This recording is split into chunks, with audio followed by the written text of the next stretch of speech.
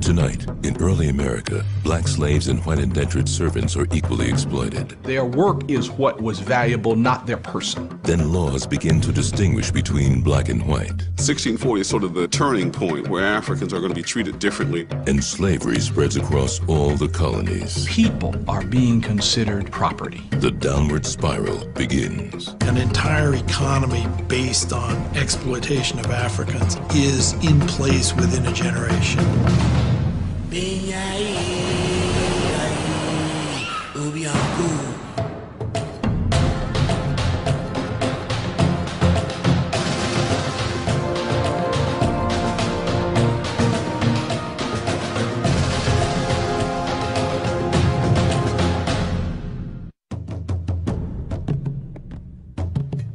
Before 1800, more people came to America from Africa than from anywhere else, and most of them came in chains. Their toil helped make the United States the richest nation on earth. Slavery was no sideshow in American history. It was the main event. America was a slave-owning country longer than it has been a free one, and the legacy of slavery haunts us still. We've made certain progress in race relations, but we'll never get further until we look more closely at slavery.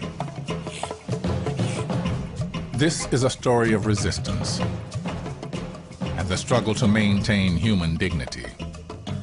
It is a story of the demand for freedom told through the lives of enslaved people. And it's the story of the founding fathers you never knew.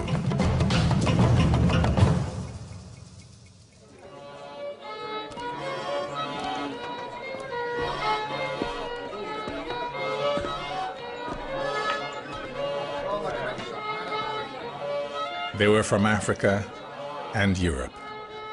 Some were enslaved, some were indentured servants. All of them were poor and exploited.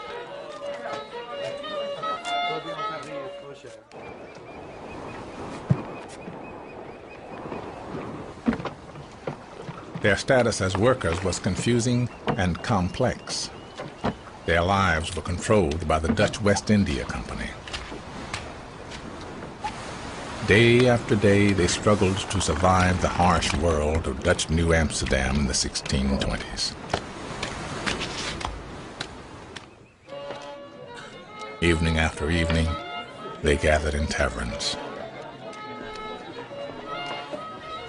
Taverns were places where you gathered to talk about your problems. And slaves would complain about their masters, and indentured servants would complain about their masters. So you had a lot of interracial bonding in these taverns.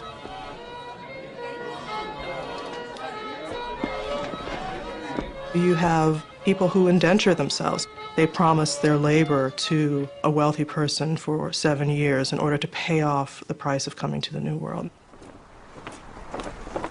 The Dutch West India Company had established a fur trading post in 1624 on a hilly island called Manhattan. The area would become New York City. Less than 200 people lived in the settlement. Most were men from Northern Europe who worked for the company. To make larger profits, the Dutch West India Company wanted free labor.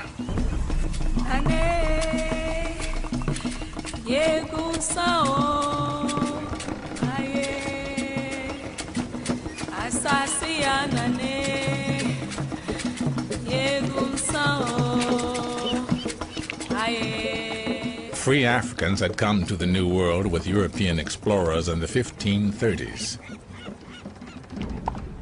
English settlers in Jamestown, Virginia purchased 20 Africans from Dutch traders in 1619. 5 years later, the first enslaved Africans arrived in Dutch New Amsterdam. Their bondage began approximately 200 years of slavery in what would become America's northern states.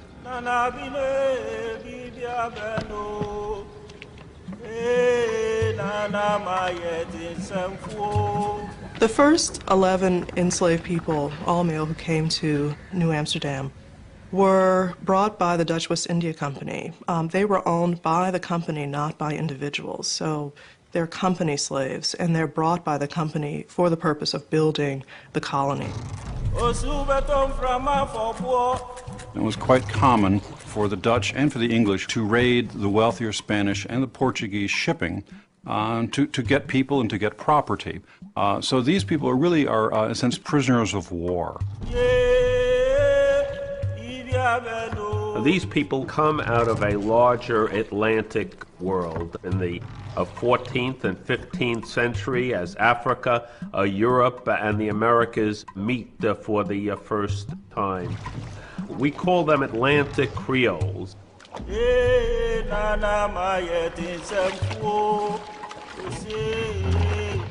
Atlantic Creoles had cultural roots in both Africa and Europe.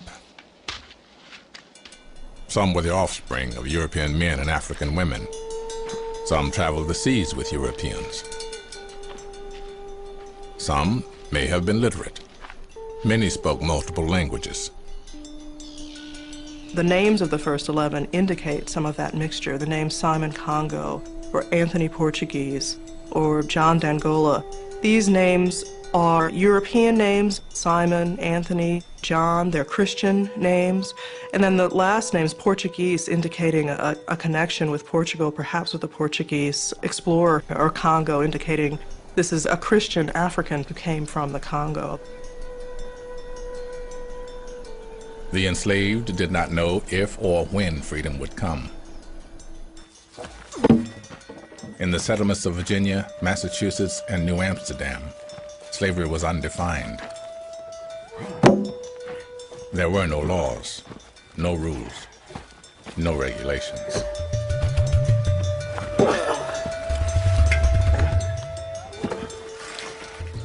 It was a difficult, hard life. They are expected to work regardless of the weather, regardless of the temperature, because their work is what was valuable, not their person.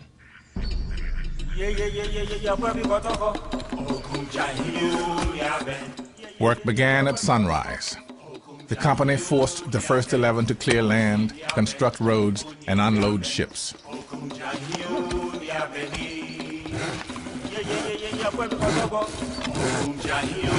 They were both manual and skilled workers. Their labor helped build the Dutch New Amsterdam economy. The first 11 slaves were there really to provide the infrastructure. So they were really the backbone of this early colony and really were integral to the survival of Europeans.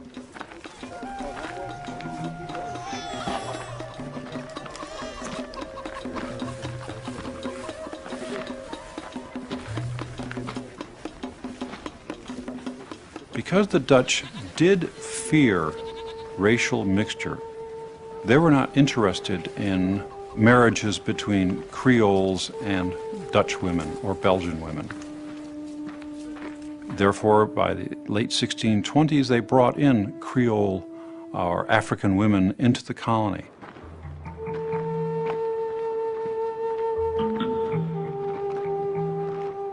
The women are ostensibly brought, as the company says, for the comfort of our Negro men.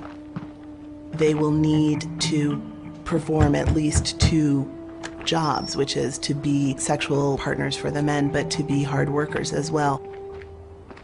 The men are going to be very important then in helping these women navigate, since the men have been there for slightly longer than the women and understand the terrain.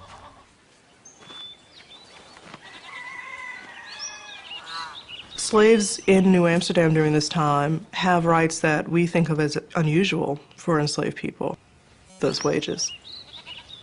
Europeans are dependent on enslaved people, and so they need to, in a sense, appease them.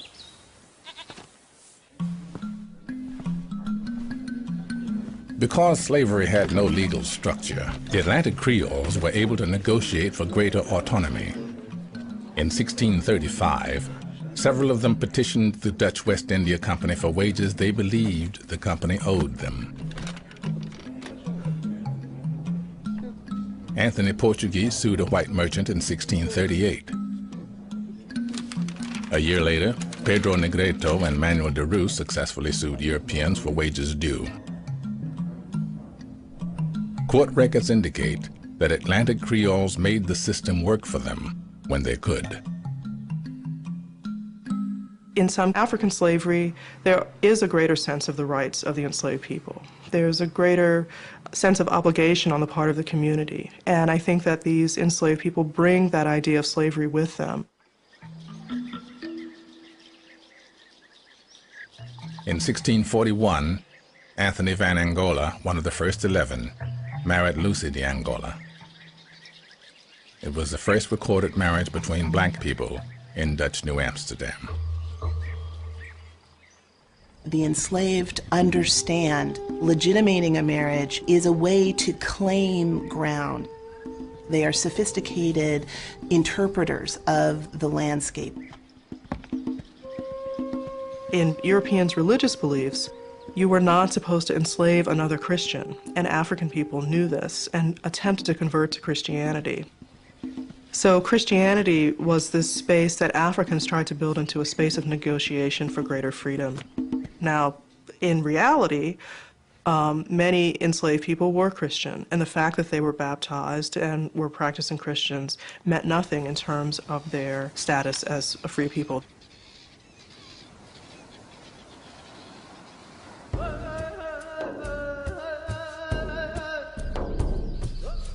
The Dutch West India Company has a very problematic relationship with the area Native Americans. By 1639, relations had deteriorated into war. At that point, a number of the Creoles are put into the military force against the Indians. There is a fear among Europeans during this time that African Americans may join with Native Americans. And the first 11, in fact, used this fear to negotiate. They had been part of the Reformed Church, they had served in the military, they had built the fort, they had done all of the critical labor that was necessary to make New Amsterdam into a viable town. Now, it was their time to be free.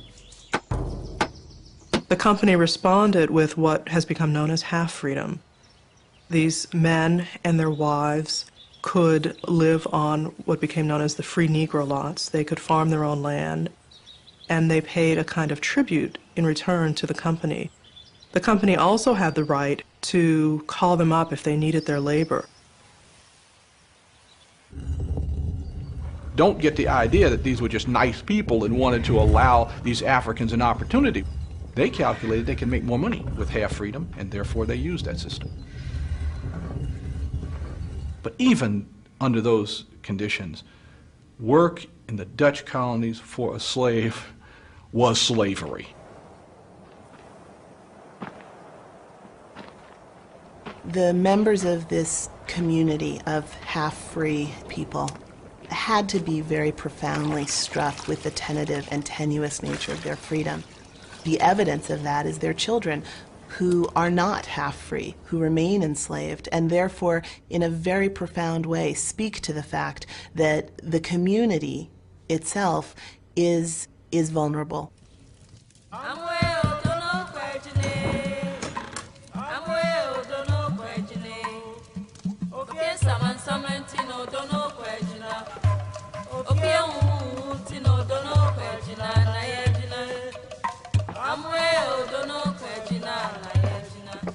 Half-free blacks don't separate themselves from enslaved blacks. In fact, they work at times to try and negotiate freedom for other enslaved people. Over the years, these 11 men and their wives continue to bargain, petition for freedom for their children. New Amsterdam is now becoming a good-sized town. At least 20% of the people are black. Some of them are slaves, some are half-free, some are free, but wherever you are in that spectrum, you can see the possibilities. Half-freedom is this moment where a group of slaves has moved to a new status, and there's probably a belief among the people in the slave community that they too can achieve a new status. Not perfect, not full freedom, but something better and more autonomous than what had existed before.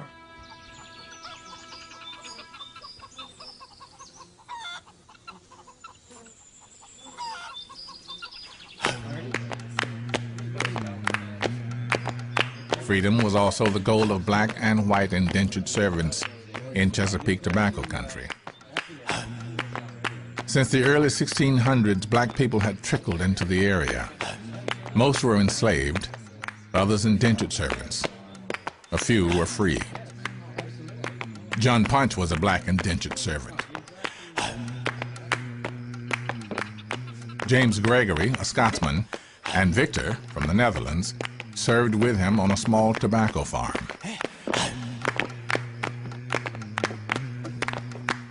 In the New World, every European colony needed to provide a profit.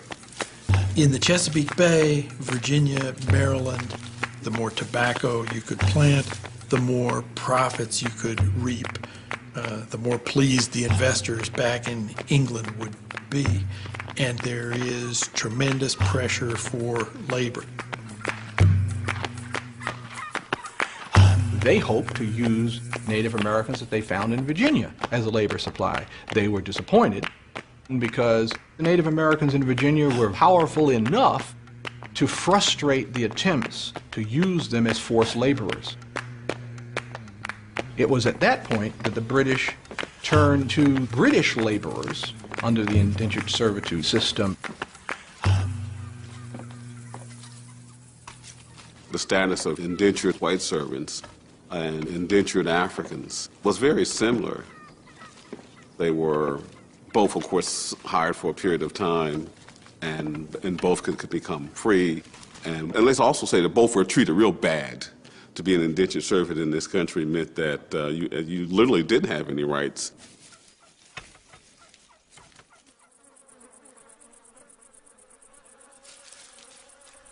In this world, there's not much practical difference in terms of the oppression that they face.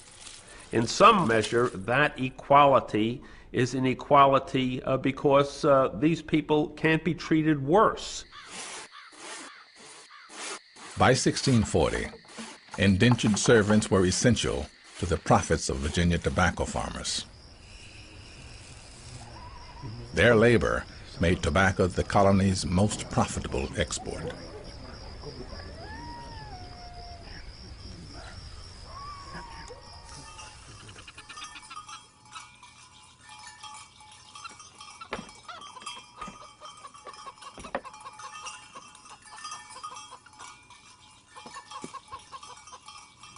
Three men on the same farm, doing the same labor, being harassed and oppressed on a comparable level, to the point that these three men chose to flee their owner.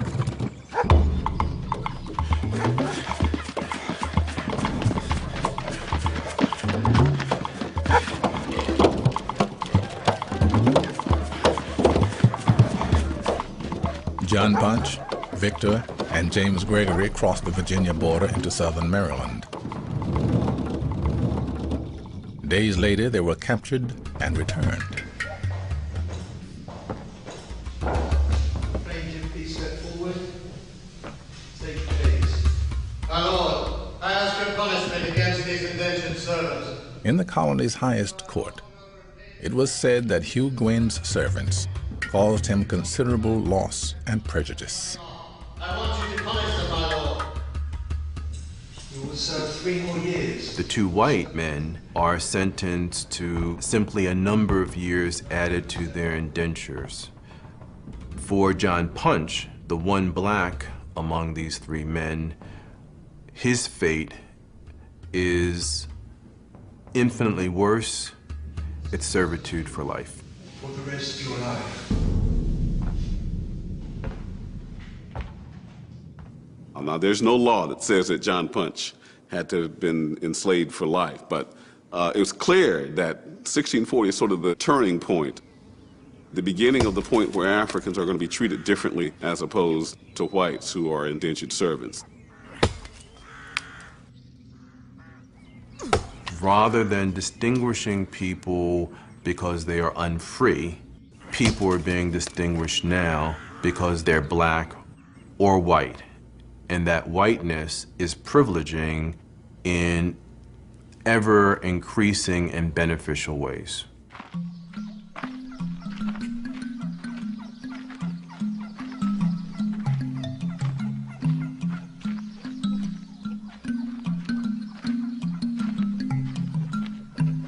Emmanuel Drigas first appears in the records of the Eastern Shore of Virginia in about 1645 as the slave of Captain Francis Pott. Emmanuel Drigas fits nicely into the category of people that we are coming to call Atlantic Creoles. He had this European name, Portuguese really. Drigas is just an anglicization or a shortened form of Rodriguez.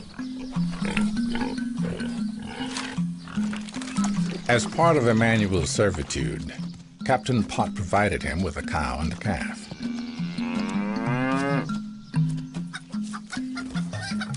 When Emmanuel began his service, his wife Frances and daughters, ages 8 and 1, were bound to Captain Pott as well.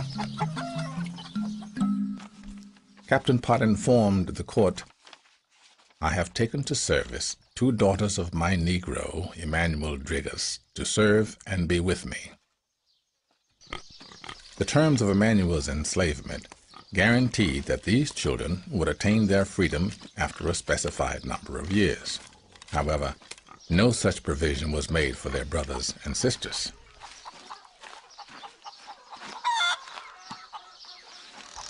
Captain Pott ran into some financial difficulties. He instructed his nephew to try to arrange things to get him out of debt and told him particularly that he would rather part with anything other than his Negroes. Yet in 1657, after 12 years of service, Emmanuel's family became Captain Pott's way to arrange things. Their family is completely disrupted, in fact destroyed, by Potts's economic insecurities. So that when Potts accrues debt, their younger child is sold. And later their oldest daughter, Anne, is sold for about 5,000 pounds of tobacco.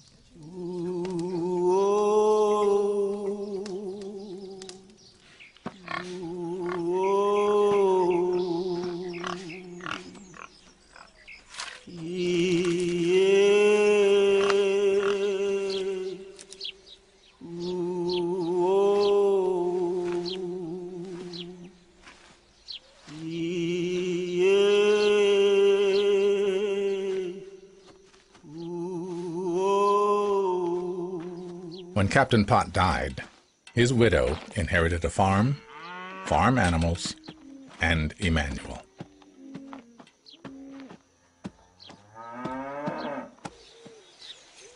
However, by 1661, court records show that Emmanuel had attained his freedom, leased 145 acres, and expanded his livestock holdings.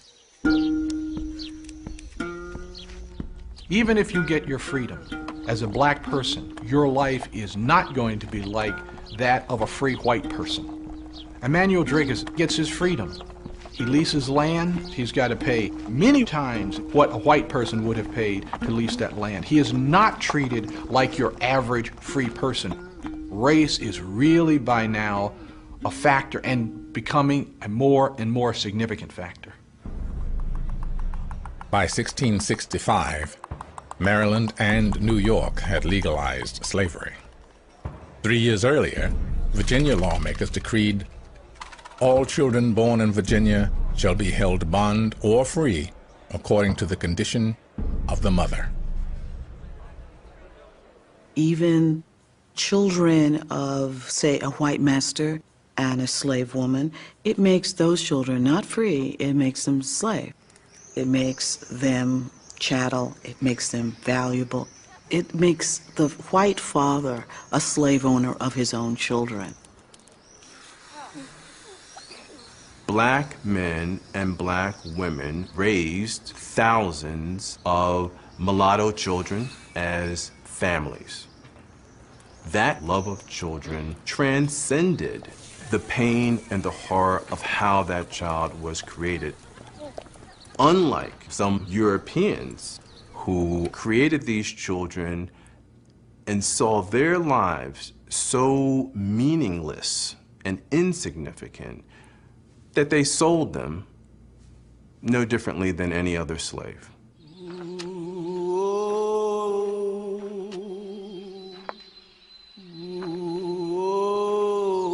Emmanuel Drigas continued to see to the needs of his enslaved children. He transferred title to livestock to them later on, hoping against hope that the livestock might be a source for some route to freedom for them. The court records of September 29, 1673 state, I, Emmanuel, grant unto my said 2 daughters 1 bay mare. The same day he granted another mare to his free children.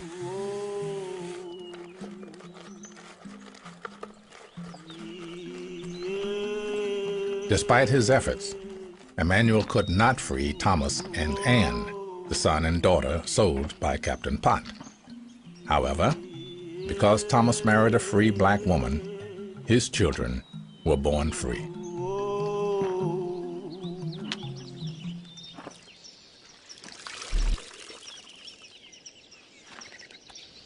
One of those children was named Frances, born in about 1677. Though she was free, she was bound out to serve a local blacksmith planter named John Brewer.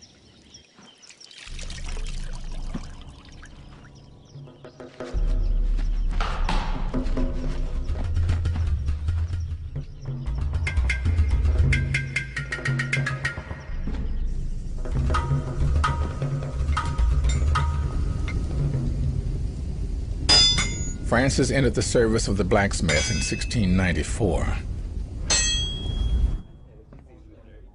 Later that year, she found herself in court, charged by John Brewer with the sin of fornication. No partner was named.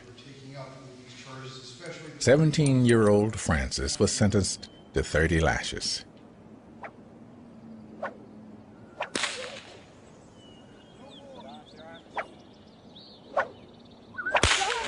In addition, her servitude to Brewer was extended for 2 years.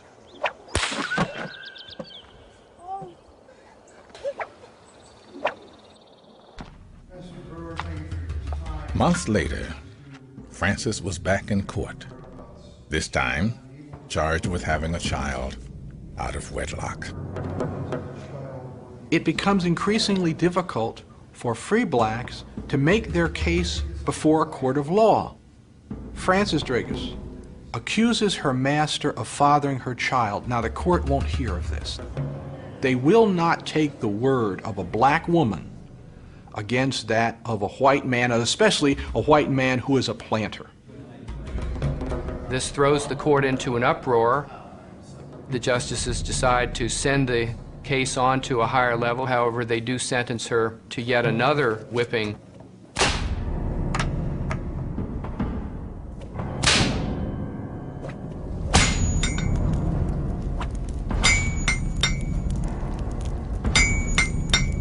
Her master, John Brewer, decides he's had enough of Frances and assigns her to another man. Frances brings a court case against this move. Judges were still unlikely to accept the testimony of a black woman against a white man. Undeterred, Frances argued that Brewer was conspiring to place her in a community where her status as a free woman would not be recognized. The letter binding Frances to Brewer was ruled invalid. Frances actually wins her suit and she's released from the terms of her indenture. Frances is really extraordinary because there are very few black women who are able to use the courts in the way that she does.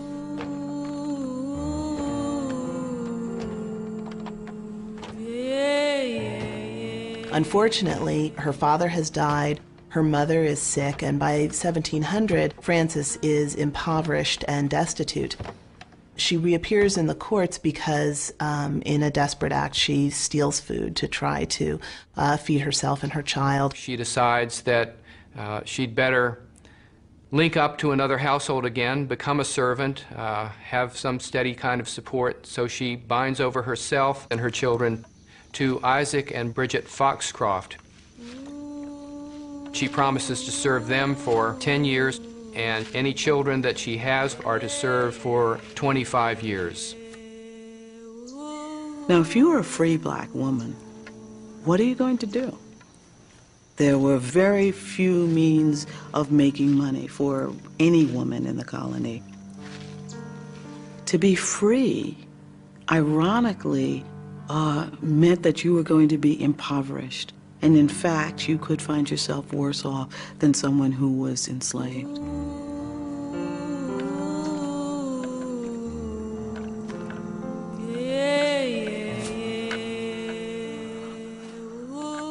Isaac Foxcroft had promised Francis freedom upon his death. However, when he died, his widow assigned Francis and her children to another master. Again, Francis sought justice. Without a document, and only her word for evidence, the court ruled against her. After 1704, she disappeared from the public record.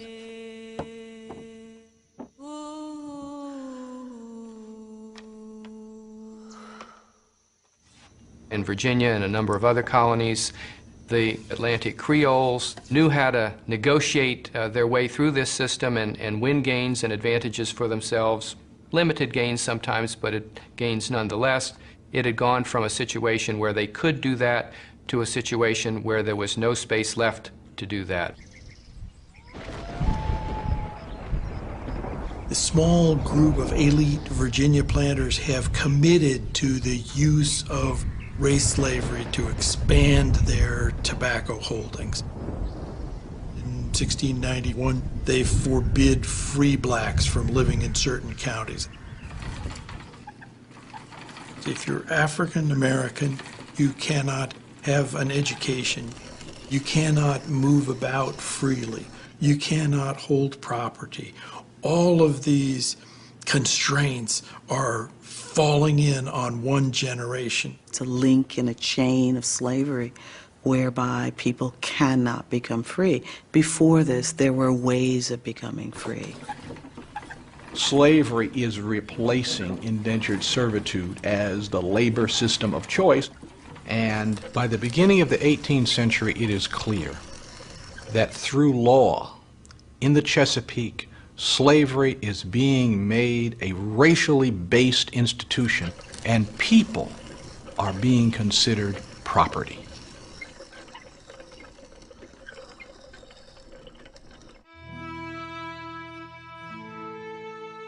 New Amsterdam was renamed New York in 1664 after the British took over the colony.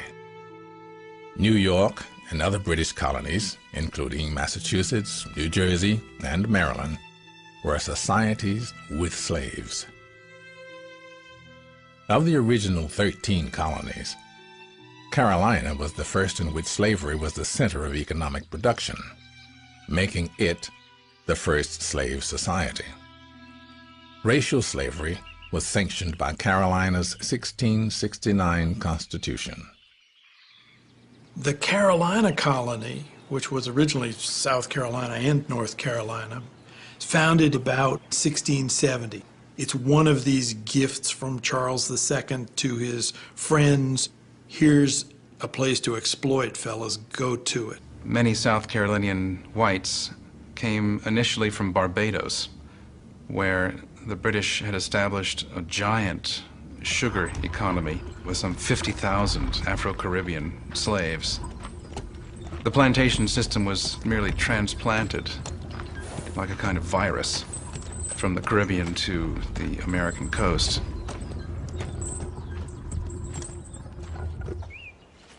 The more slaves that you brought gave you more land. You got 50 acres of land for every person that you brought into the Carolina colony. And so slavery was encouraged from the outset here. And of course, the key was to find the type of work that slaves could do to make the colony profitable. As the enslaved cleared land, the planters searched for a way to exploit the Carolina Low Country. They tried growing cotton and indigo and raising livestock. The more they tried, the more they failed to find a lucrative cash crop. The enslaved were growing something they called a riser, or rice for themselves. They had grown it for hundreds of years in West Africa. Now, it's not knowledge that they hold to themselves. Once they have shown other people how to plant this crop, they've lost control of the knowledge.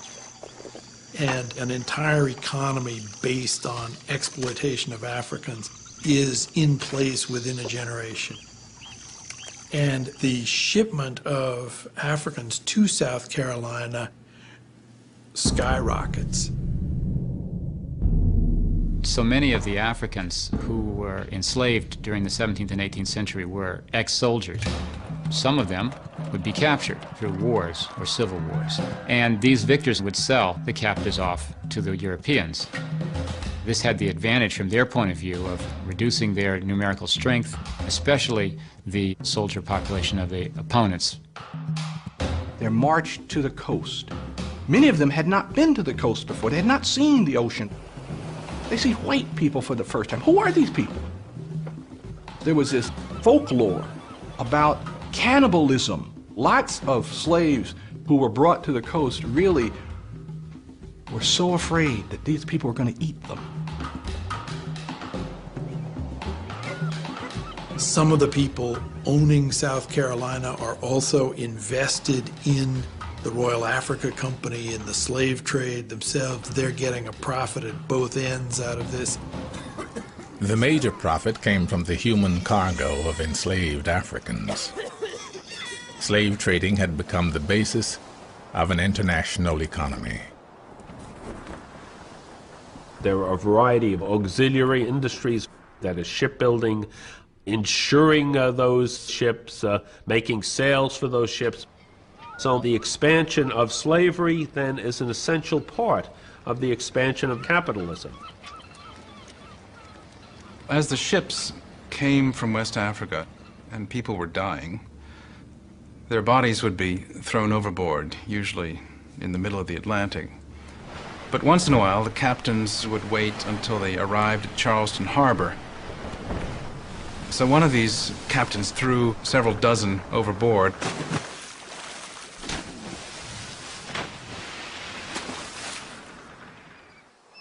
And their bodies, including children, began to wash ashore. So the governor became very upset. And it wasn't because this was a crime against humanity. It was because the smell was irritating to the white population.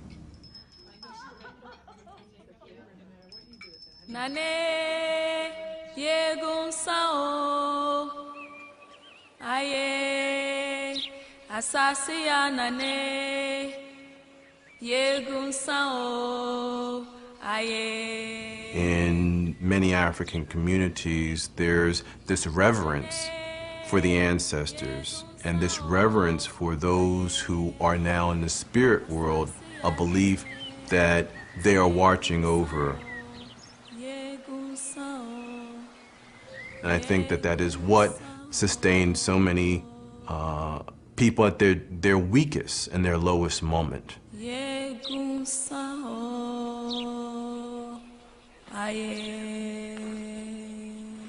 On Sullivan's Island, the English established a pest house where they could quarantine people off of incoming ships.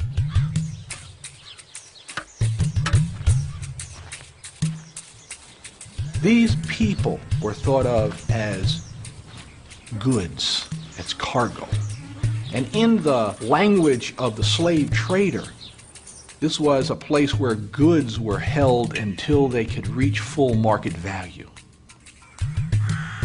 This is the perfect example of the inhumanity of the slave system.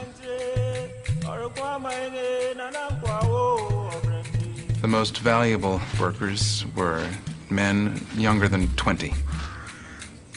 And the second most valuable were women younger than 20.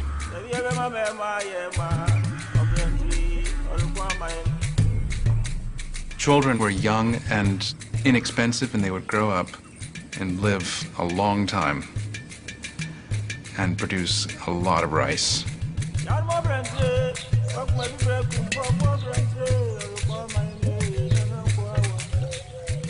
for a person just arriving, you know you've been aboard this ship for a long time, but you probably don't know exactly how long. You don't know where you have gone. Of course, the number one thing on your mind is, how do I get out of here? How do I get myself free?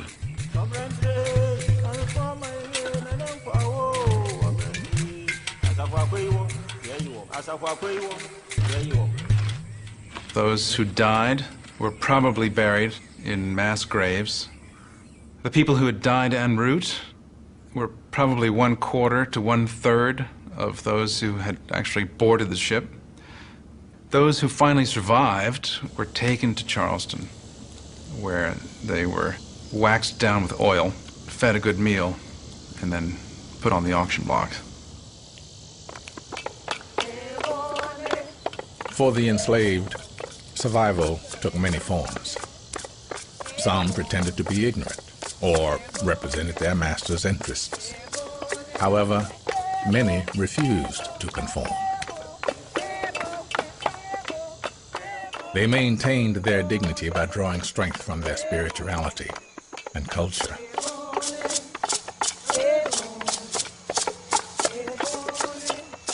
Even though people may not have spoken the same language, and even though people may have been rivals traditionally in their homelands, there would have been a certain spiritual bonding that took place, that people came together and fused themselves together in this new world.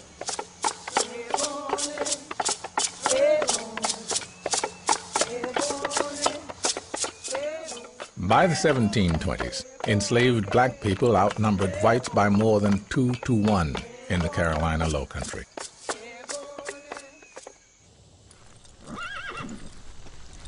Slavery was probably unique in every region where it flourished. Massachusetts, New York, Virginia, and Barbados. But in South Carolina, it was probably the most industrial form of slavery because the scale was so great.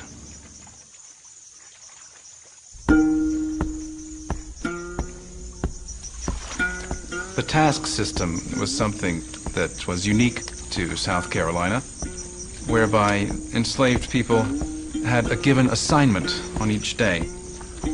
So they usually went to work in the morning at sunrise, and a day's task in the field would be to hoe 1/4 of an acre, which was 105 feet square. And people spent most of the year up to their knees in mud, bent over, tilling away at the soil under the sun. Rice was a very demanding master.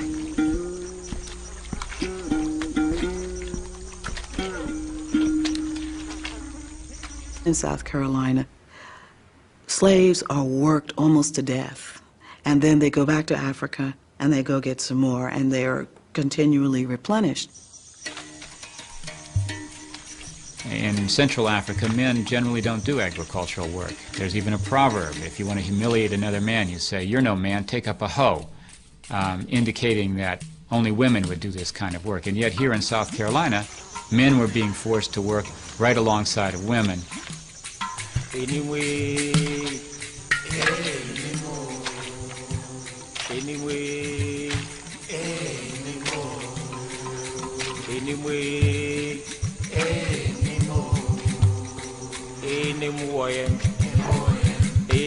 In West Africa, the mother would pound a little bit of rice every day to prepare the evening meal. It was an art form. It was a skill. You could be proud of it. You then found yourself doing the same thing. You're growing rice, but now it's completely different. Lee boy, I call you. Oh, Lee boy. Lee boy, I call you. The sound of the pounding of rice in Africa was the sound of domesticity, but the sound of pounding rice in South Carolina was the sound of exploitation.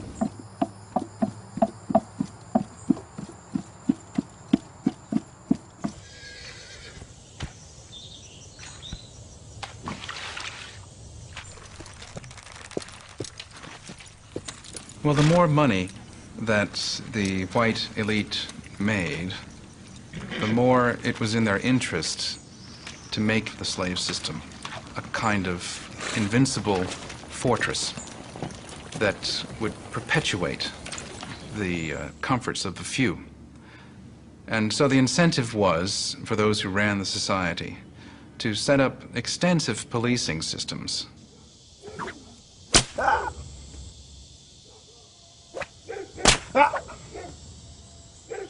A slave, especially under these circumstances, wants to survive, wants to be free. And it also doesn't take much imagination to understand the anger of being enslaved, of being held against your will, seeing your loved ones subjected to treatment that no human beings ought to experience. The first time, your punishment was whipping. If you ran away a second time, there would be an R branded on your right cheek. The third time, one of your ears would be severed, and another R would be burned onto your left cheek for runaway. And if you ran away a fourth time, if you were a man, the punishment was castration.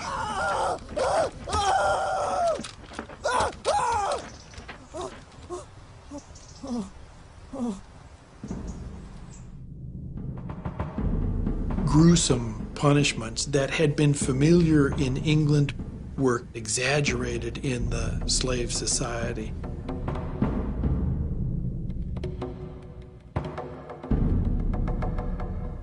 The planter had to calculate that I can punish this person even if they die. I can import new people from West Africa, and I'm making so much money in this process that I can afford to do it.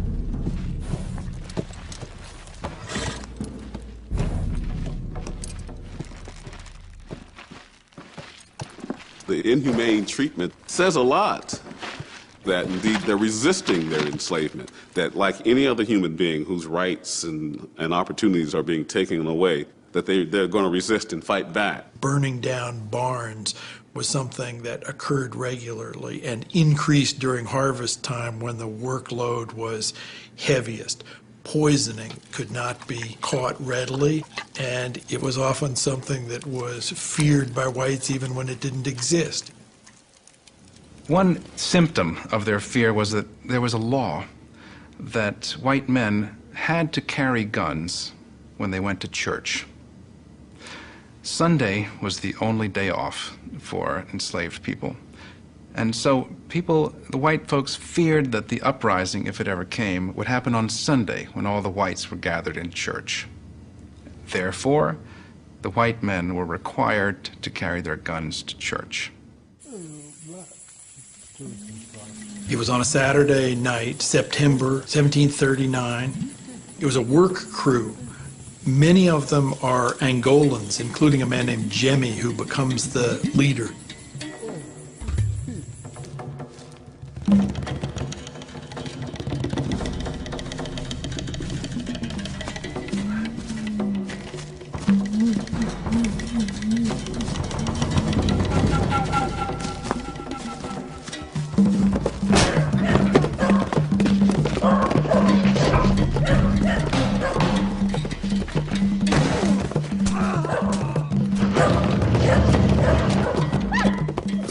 The fated Sunday finally came on the Stono River, southwest of Charleston.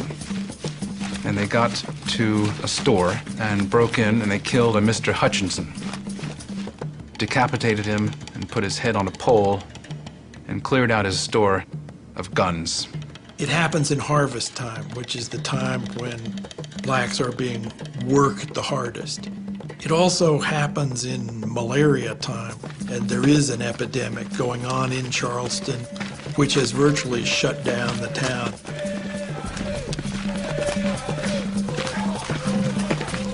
They must have realized that they couldn't possibly take over the area and drive out the Europeans. But they did recognize the possibility that if they took common action as soldiers, they might be able to escape. The governor of Florida had already issued a decree that any African who was a slave who made it to Florida would be free And there was indeed a colony there of ex-slaves. There is this African manned fortification. And when the Stono Rebellion breaks out, it becomes clear that what these people are trying to do is to reach Fort Mose.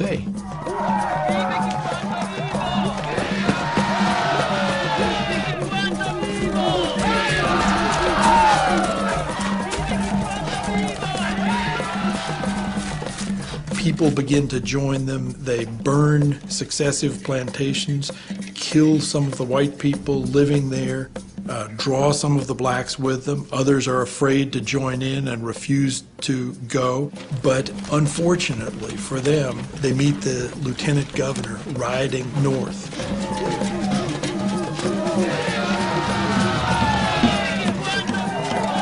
They gave chase to him, but he was able to sound the alarm, and then, of course, a sort of a posse is formed, and they set out after this group of Africans.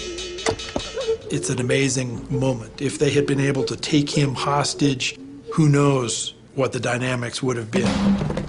These people are pursued south for a day or two.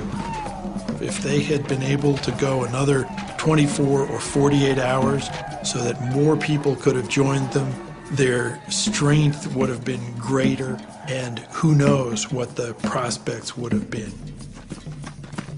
And the whites came on them. They surrounded these men and they fired on them. A lot of them were scattered. Many of them were killed.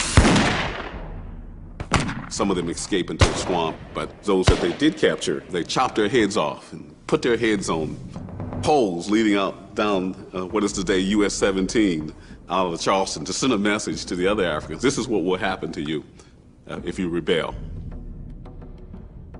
After the Stono Rebellion, all of the separate laws governing slavery were consolidated into a single code.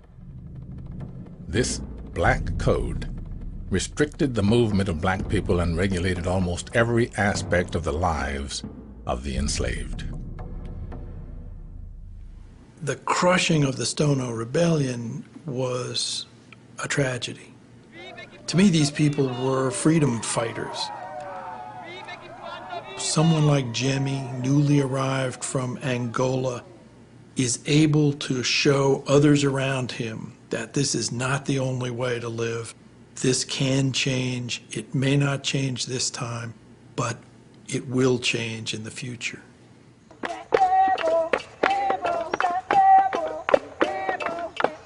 Under the most inhumane conditions that you can possibly imagine, people were able to maintain their human dignity.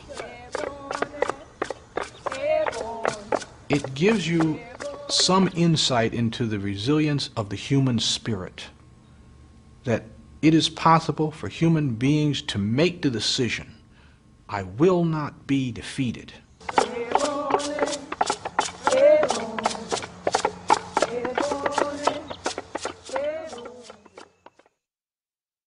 Next time, America's thriving colonies are heavily dependent on slave labor. Slavery was an extraordinary goose that laid the golden egg.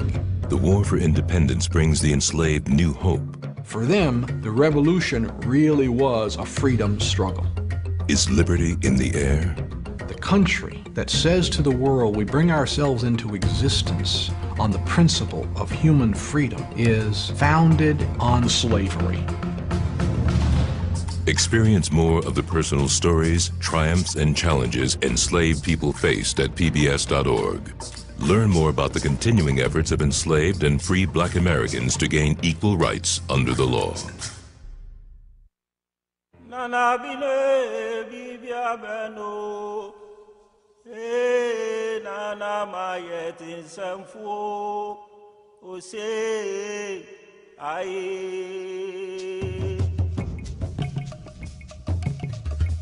Osubetom frama for boy, ebekoro sana bini.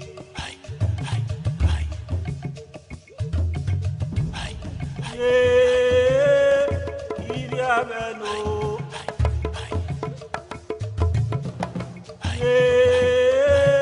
Iria beno.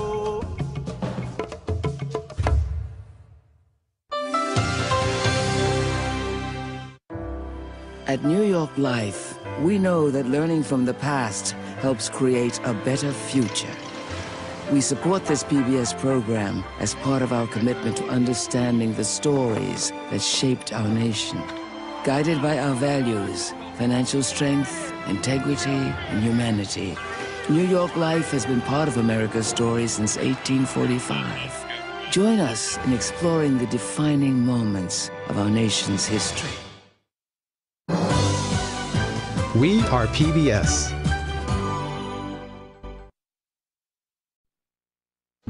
Tonight, America's thriving colonies are heavily dependent on slave labor.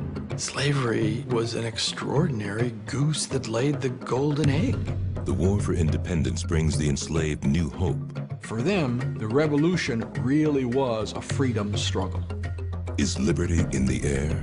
The country that says to the world we bring ourselves into existence on the principle of human freedom is founded on slavery.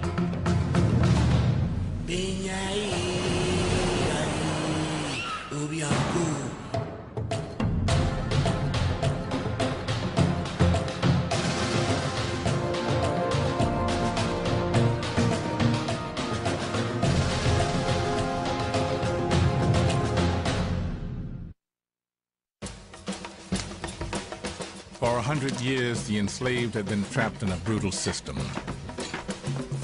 Resistance was always dangerous. At the outbreak of the American Revolution, liberty was in the air. But black people, both enslaved and free, learned that for their voices to be heard, they would have to ignite their own freedom struggle.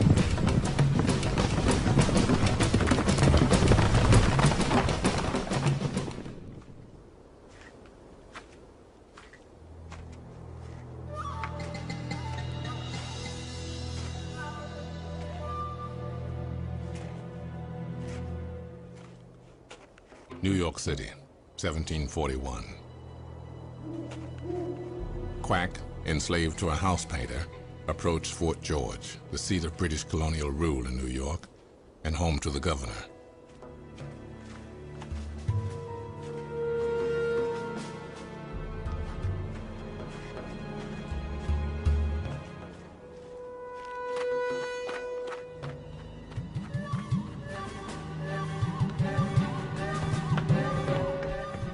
Quack was married to the governor's cook, a slave. The governor did not like Quack's behavior and did not like when Quack came visiting. And the governor gave orders to the fort sentries that if Quack should appear, he should not be allowed entry. Quack uttered certain imprecations that he would burn the place down, but he would be with his wife.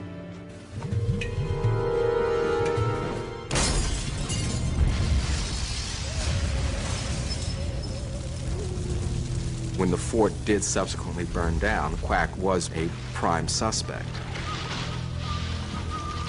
When fires erupted in a number of other buildings, warehouses, and stores, it was clear that this was more than romance thwarted. The cry went up, the Negroes are rising, the Negroes are rising. Rumors of slaves organizing rebellion traveled the Atlantic seaboard. 2 years earlier, in an uprising of slaves in Stono, South Carolina, some whites were murdered. Now, white New Yorkers panicked.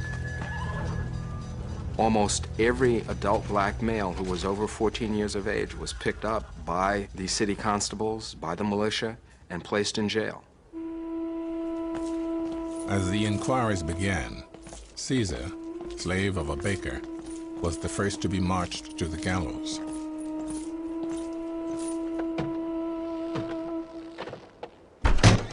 His body would hang in a public space, while a conspiracy trial accused dozens of slaves and a few whites of plotting to burn down New York City and foment slave rebellion.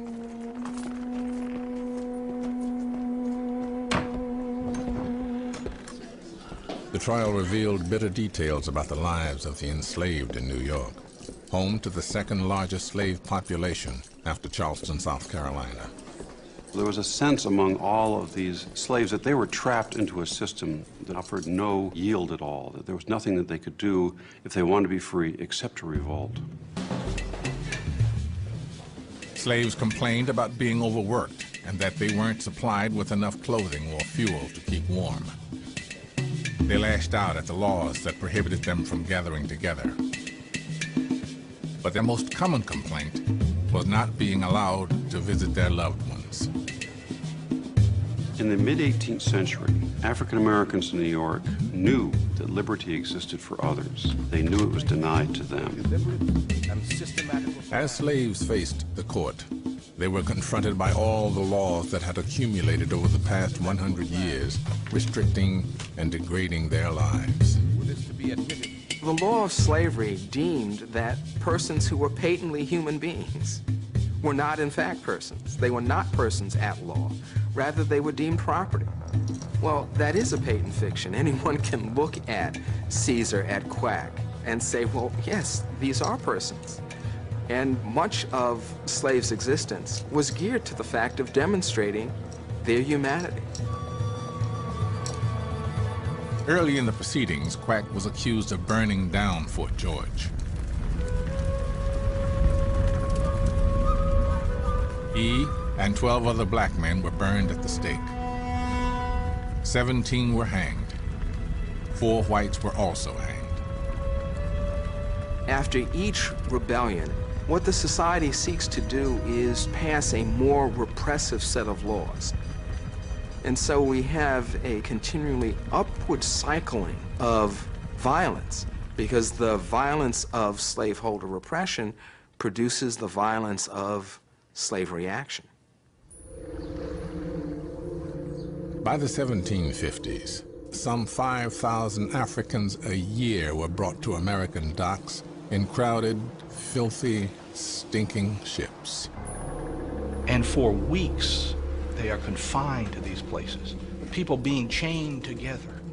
People dying and being chained to dead people for periods of time until somebody decides to take the dead people above decks and throw them into the ocean.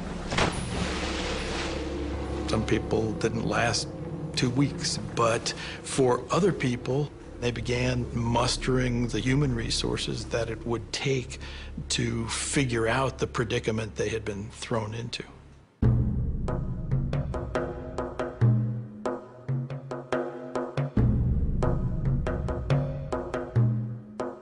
The planters, the exploiters, have rationalized what they're doing. They've worked it out with the law. They've worked it out with their God one way or another.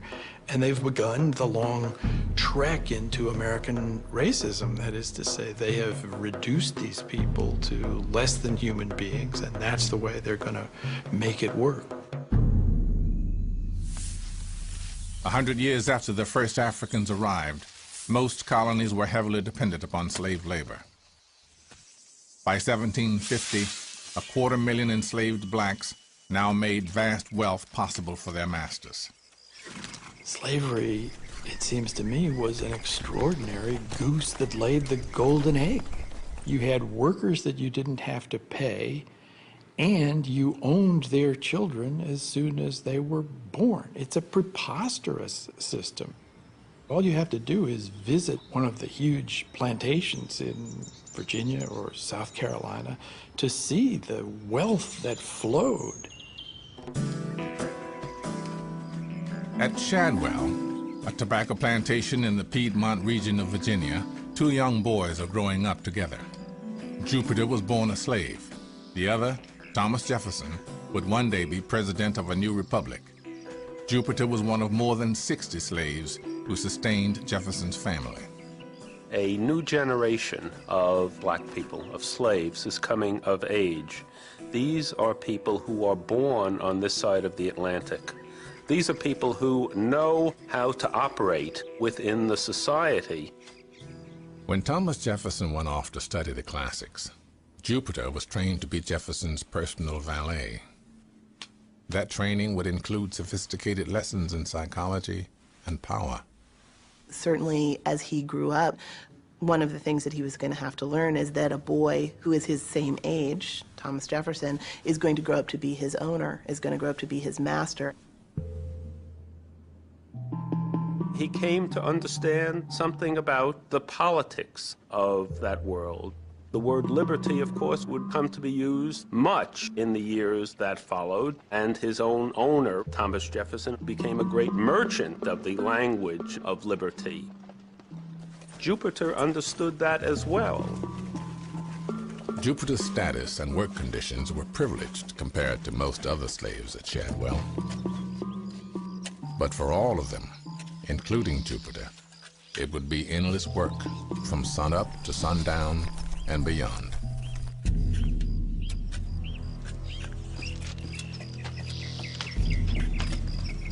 All of them also would have experienced a punishment. The cutting off of ears, the kind of contraptions that are placed around people to prevent running away.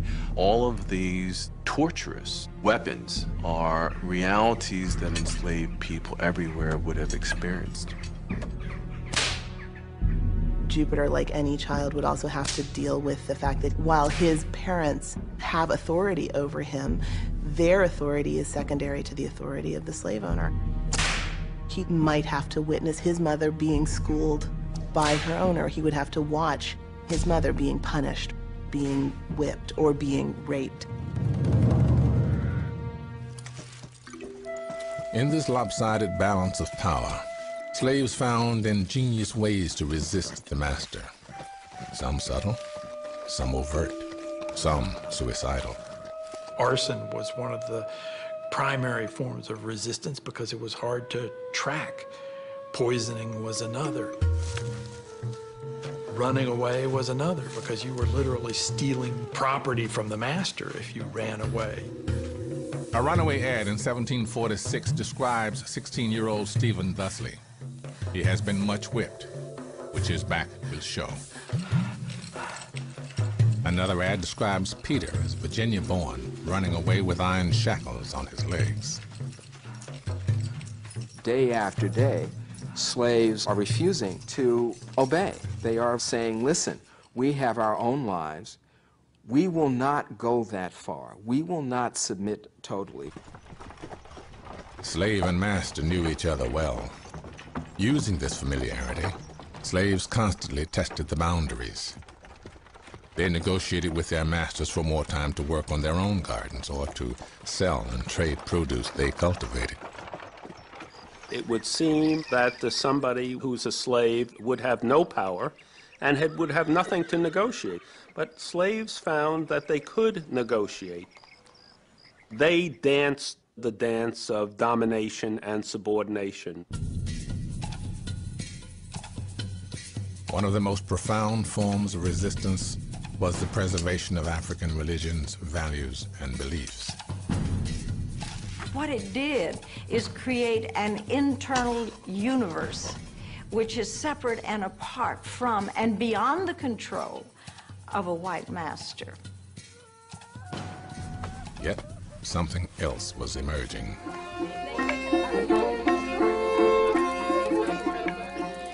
The first generation of American-born descendants of Africans are really in the process of creating something that has a very strong link to Africa, but which is really quite new.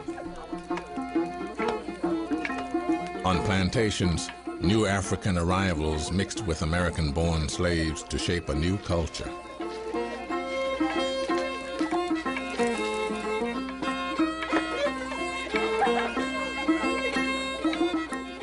Jefferson family may have a violin from Europe, you know, and someone plays that fiddle.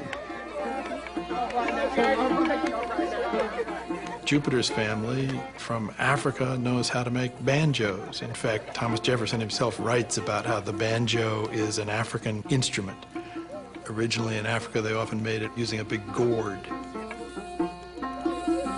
So this complicated coming together of different cultures, not just Europe and Africa, but varieties of West African cultures. On any given plantation, any given young person like Jupiter is experiencing all these forces.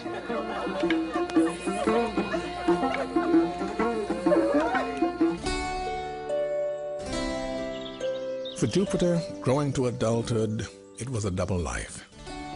When Jefferson went off to college in Williamsburg, Jupiter accompanied him as his valet. When Jefferson went to court his future wife at her father's plantation, Jupiter would find his future wife enslaved there. They would all end up at Monticello, Jefferson's mansion in rural Virginia.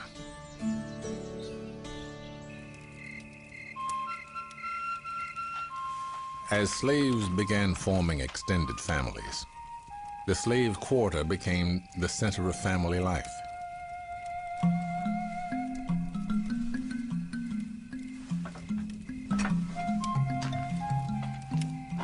They, like any other human beings, free or unfree, 1,000 years ago or today, have the emotions of any other people. They fall in love, they hate others, they develop friendships, and how to do this within the milieu of slavery simply made those very human realities more difficult and more challenging, but they existed. Networks of love and affection and connection between the enslaved have got to be really crucial to surviving the experience of slavery, to surviving it on an emotional level as well as a physical level. But in the creation of those families, it gave their owners yet another weapon to force them to behave in the ways that they wanted. What this community then becomes is the foundation for an internal slave trade where these children and these families will be separated in the future.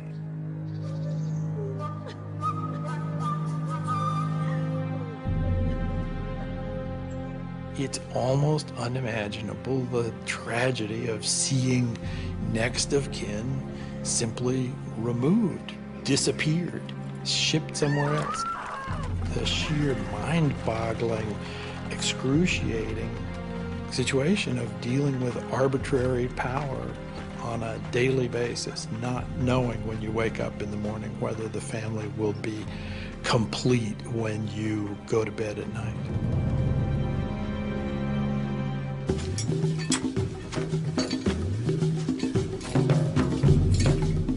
If you look at the runaway advertisements in the colonial newspapers, what's striking is that roughly half of the people are running away to see kinfolk, to see loved ones.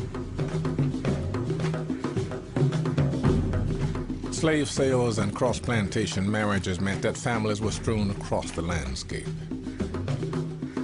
A web of well-worn footpaths soon connected plantations and farms, creating a kinship map of a region. Those paths also functioned as trading and news networks. The complex waterways of the Atlantic seaboard extended these contacts. They would become key for a young slave named Titus, coming of age on the eve of the American Revolution.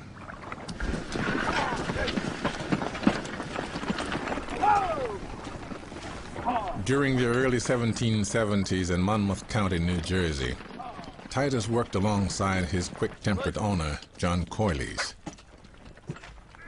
It was a time when some colonists were beginning to protest British restrictions on their freedom.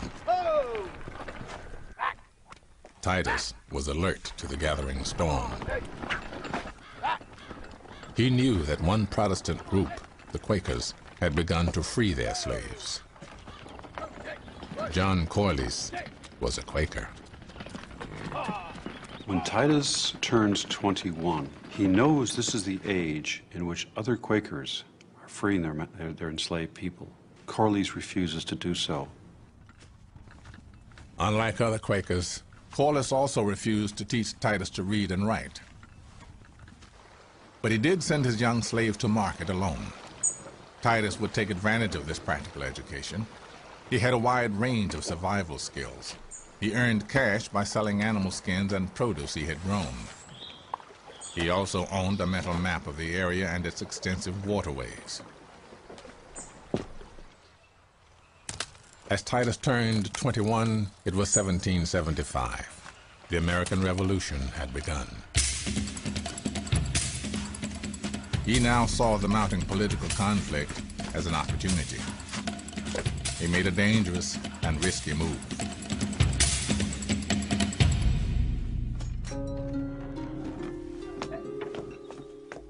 When Titus ran, some 500,000, or 1 in 5 people in the colonies, were of African descent. Most were enslaved. Some were free. A few even owned slaves themselves.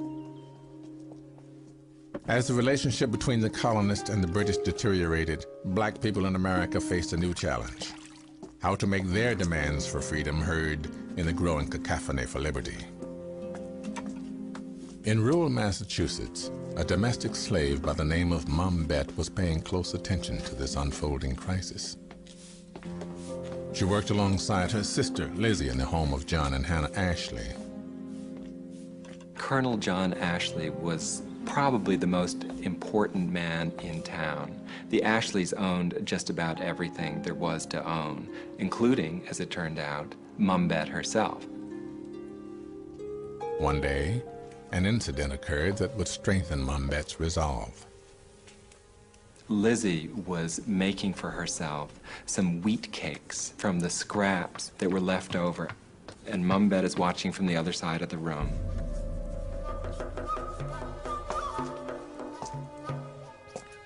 When Mrs. Ashley sees this and gets furious,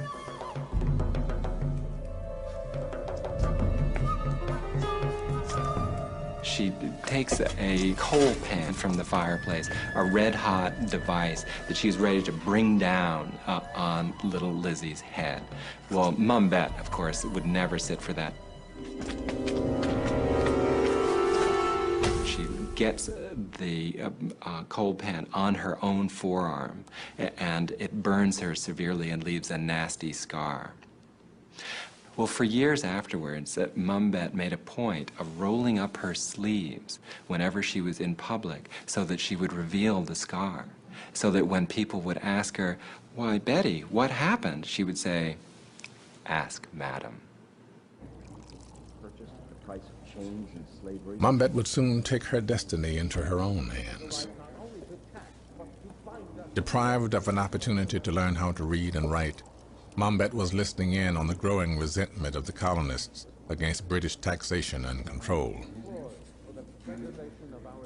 She was present during crucial meetings in the Ashley House when a position paper was written demanding rights for the colonists. In it, they used the phrase, or something very close to, every citizen is entitled to life, liberty, and the pursuit of happiness. These words that come down from the philosopher John Locke and become part of the scriptural language of the Declaration of Independence. She would have been right there. She would have heard it. Revolution and the rhetoric of liberty were in the air. Mom Bet and others like her would soon begin to exhale this new language. The natural liberty of man is to be free. Beginning in 1765 with the Stamp Act crisis, the language, the rhetoric of natural rights flows throughout the American colonies. God, who gave us life, gave us liberty at the same time. There are continual pamphlets that are coming forward to express views of natural rights. Slaves hear that conversation. Slaves, some of them read those pamphlets. All men are by nature equally free and independent and have certain inherent rights of which when they enter into the plainly prove a You know, when you listen to the patriots, they say, we will not be the slaves of England. They don't say we will not be the second-class citizens. They don't say we won't be the oppressed people. They say we will not be the slaves. Well, when people who hold slaves say we will not be slaves, you know that they know what they're talking about. Well, slaves were saying exactly the same thing. And African Americans were quick to say, we will not be the slaves of England, nor will we be the slaves of America. In early 1773, a petition arrived on the desk of Governor Thomas Hutchinson, the British Crown's representative in Massachusetts. At a time when most slaves were illiterate, this petition was signed by a slave. the humble petition of many slaves. We shall never be able to possess and enjoy anything, not even life itself, but in a manner as the beasts that perish. We have no property, we have no city, no country. Signed, Felix. 3 months later, another petition was written and signed by 4 enslaved men: Peter Bestus, Sambo Freeman, Chester Joy, and Felix Holbrook. We expect great things from men who have made such a noble stand against the designs of their fellow men to enslave them. The petitioners demanded answers. How is it that you can talk about liberty as a fundamental right of human beings when in fact you keep us as slaves? How is it that you treat us as beasts when we are human beings? More than that, they say, how can you call yourself a Christian people? A year later, yet another petition reached the new Massachusetts governor. Crafted by slaves, the words again would sound like a document that had yet to be written: the Declaration of Independence.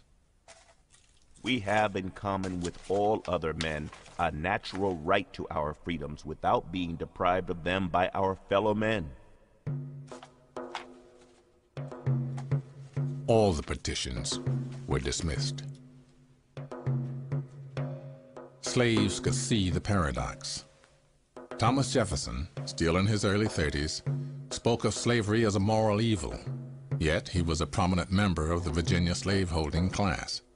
Now he was at work on a document about equality and liberty. We hold these truths to be self-evident. If I were Jupiter looking at my childhood friend, Thomas Jefferson, knowing the world we both grew up in, I wouldn't be surprised by the contradictions that emerge in his thinking. That among these are life, liberty, and the pursuit of happiness. In some ways, you know, Thomas Jefferson is so like America itself. Thomas Jefferson expresses opinions in the Declaration of Independence that are wonderful examples of fairness, of a belief in human dignity and human freedom. Yet Thomas Jefferson is so contradictory, because the man who writes the Declaration of Independence is the man that holds at one point almost 250 slaves or more. The country that says to the world we bring ourselves into existence on the principle of human freedom is the country that is in many ways founded on the principle of human slavery, supported by that principle. That's a pretty substantial contradiction. April 1775. Open warfare broke out. Black people began choosing sides. In the North, some 5,000 black men joined and mixed in all-black regiments to fight on the side of the Patriots.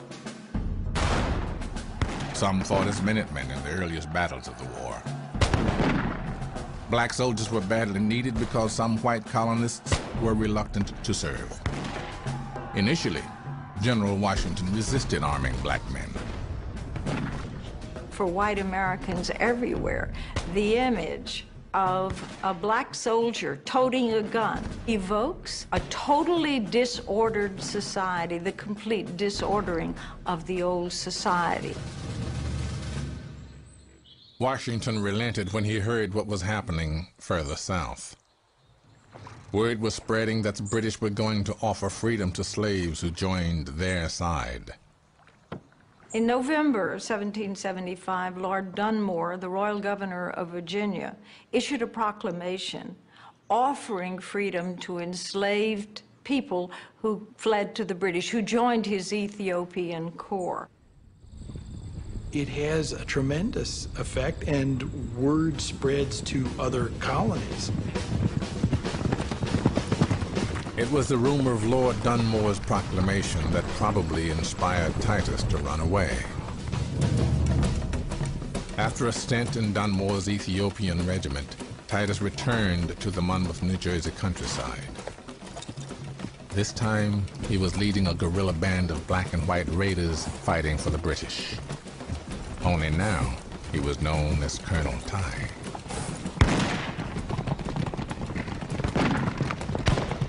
Colonel Ty and his band knew the landscape and the farmers in the region.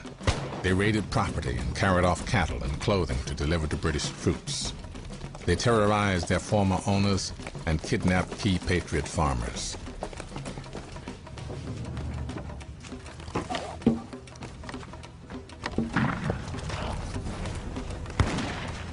Most importantly, they liberated their enslaved families and friends.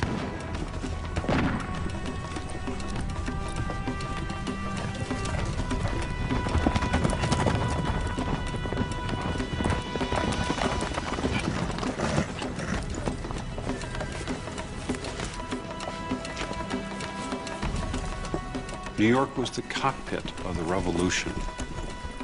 Colonel Ty was acting on a local level, but his actions had continental importance. During a battle in September 1780, Colonel Ty took a bullet in his wrist.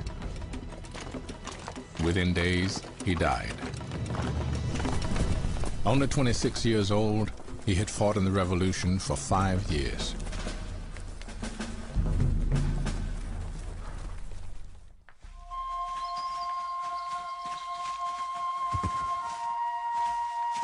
Dunmore's offer of freedom, coupled with the chaos of war, led to a mass exodus from southern plantations. Tens of thousands of slaves responded with their feet.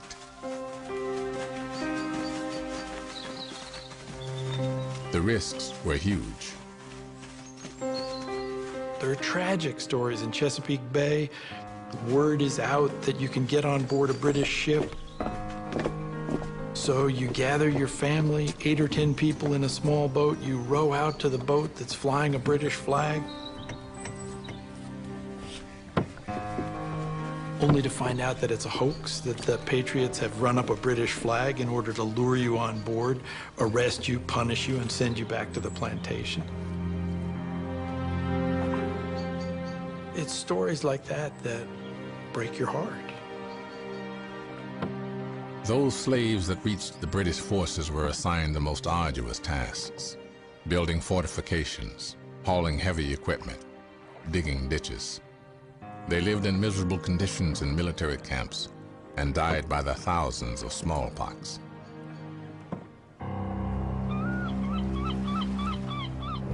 At the end of the war, thousands of former slaves were transported to freedom by the British. Many others were freed by fighting for the Patriots. No other event until the Civil War would liberate so many slaves. The point in all this is that whether African Americans fought for the American cause or whether they fought for the British cause, they were fighting for the central cause of freedom. That's what African Americans were fighting for. For them, the revolution really was a freedom struggle.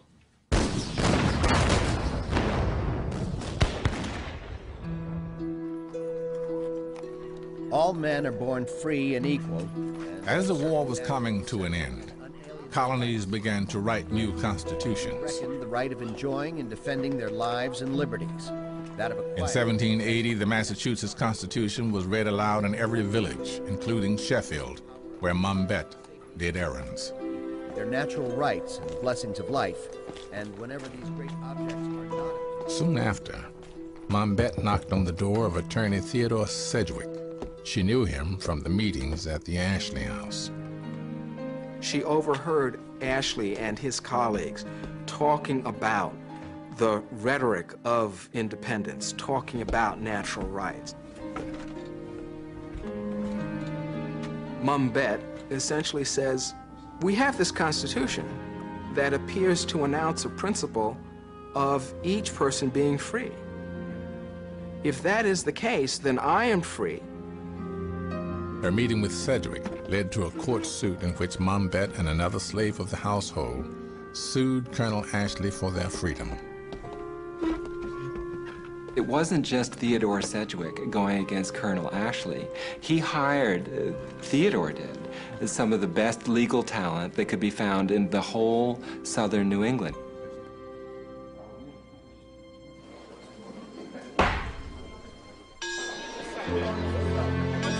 In 1781, Mumbet won her case and announced that she would thereafter be known as Elizabeth Freeman.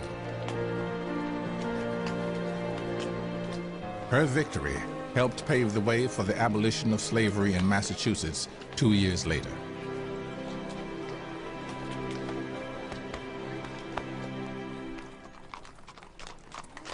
During the long, hot summer of 1787, enslaved coachmen waited outside Independence Hall in Philadelphia. Inside, their owners forged a constitution for the new republic. The issue that was hardest for them to address was the issue of slavery. And they simply postponed it all through that hot summer to the very end of their debates. And they finally brought it up and addressed it. Most delegates, North and South, never considered eliminating slavery. It was clear any attempt at abolition would have ended the effort to create the United States. While the deals around slavery would shape the national debate for the next 70 years, the words slave or slavery never appear in this founding document. Now, they do refer to the institution in several indirect ways. There is the notion that the slave trade will not be abolished for at least 20 years.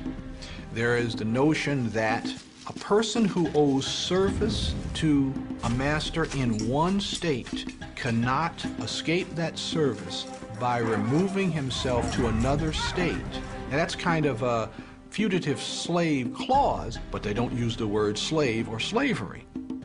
The most politically significant deal embraced by the Constitution was the 3/5 clause. It allowed states to count their slave population as 3/5 of a person in determining representation in Congress. So the fact is, from the South's point of view, they are getting additional political power as a result of their slave population.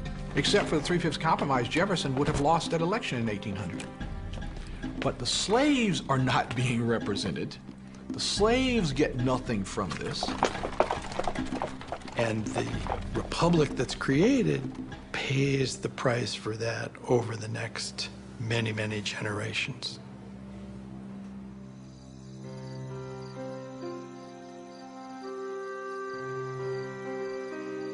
Black people were betrayed by the new Constitution. But if doors were shutting, they now looked for windows to open. 90% of blacks were still enslaved. But in northern cities, freed black communities were organizing themselves. In southern cities, black artisans were buying their freedom. Both groups ignited an emancipation movement. It began with the founding of the first black Christian churches.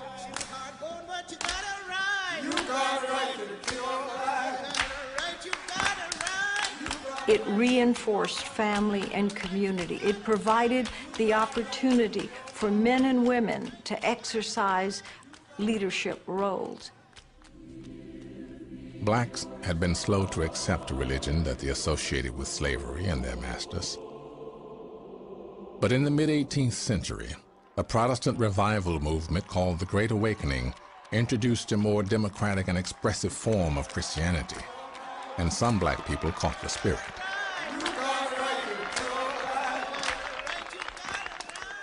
Some slave owners, inspired by the values of the Great Awakening and the principles of the new nation, began to free their slaves. Not Thomas Jefferson. In the 1780s, Jefferson published his only book, Notes on the State of Virginia. In it, he argued against this great political and moral evil of slavery, yet at the same time he wrote that blacks were mentally inferior to whites. It appears to me that in memory they are equal to whites, in reason much inferior. He suggests that they are not as bright, as smart, as intellectually gifted. Jefferson's theories fueled both sides of the slavery debate. And while he wrote that black people should be free, he never used his power to free them, including during his presidency. Instead, he supported shipping former slaves to Africa Jefferson apparently believed that you could not have emancipation without having colonization, which is to say that we can't just let them be free here. That won't work. So if we are going to emancipate them, we have to send them somewhere else. While some blacks supported colonization, most leaders in the freed black communities of the North denounced the idea. You know, one of the things that these free blacks said is, I'm a citizen of the United States. My father, my grandfather fought in the American Revolution to bring this nation into existence. I have as much right to be an American, to live in America, as anybody here. The generation of blacks born in the late 18th century were raised on the promises of the Revolution and the frustrations of its aftermath. Among them was David Walker. Brought up in the South, Walker would move north to take the emerging abolitionist movement to another level. Walker was born free in the 1790s in Wilmington, North Carolina. He probably learned to read and write in one of Wilmington's first black Christian churches. These are places which are not only religious places. These are places where political decisions are made, political meetings are held. By roughly 1820, David Walker made his way to Charleston. There he was exposed to the ideas of Denmark Vesey. A freed carpenter, Vesey was a leader in the new African Methodist Episcopal Church. David Walker learns from Denmark Vesey. The Bible could be a very, very important tool in giving blacks the strength to resist their enslavement. And he sees how the church in Charleston could be a center for organizing blacks just in terms of numbers and also ideologically rallying them. Vesey, like many blacks, enslaved and free, had also digested the news about the Haitian Revolution, the slave rebellion which created the first black republic.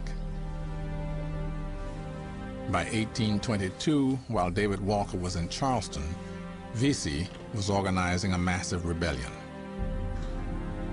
But someone leaked it, and Vesey, along with more than 30 others, was executed.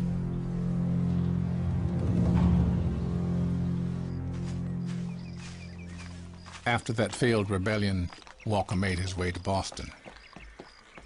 There he would discover not only a virulent racism against black men and women, but a growing political consciousness in the freed black community. In 1820s Boston, Walker became a leading voice in local black churches and organizations. He is a member of the Massachusetts Colored Association, a black society specifically focused on abolition. In 1829, Walker sat down to distill his experiences, his analysis of slavery, and his rage. He wrote what came to be known as the most important abolitionist document of the 19th century. He called it an appeal to the colored citizens of the world, but in particular and very expressly to those of the United States of America. This is an amazing document, and we can take it as the first maybe expression of black nationalism in this country. And basically, this is a verbal call to arms, asking the African American community to come together and empower itself. America is more our country than it is the whites.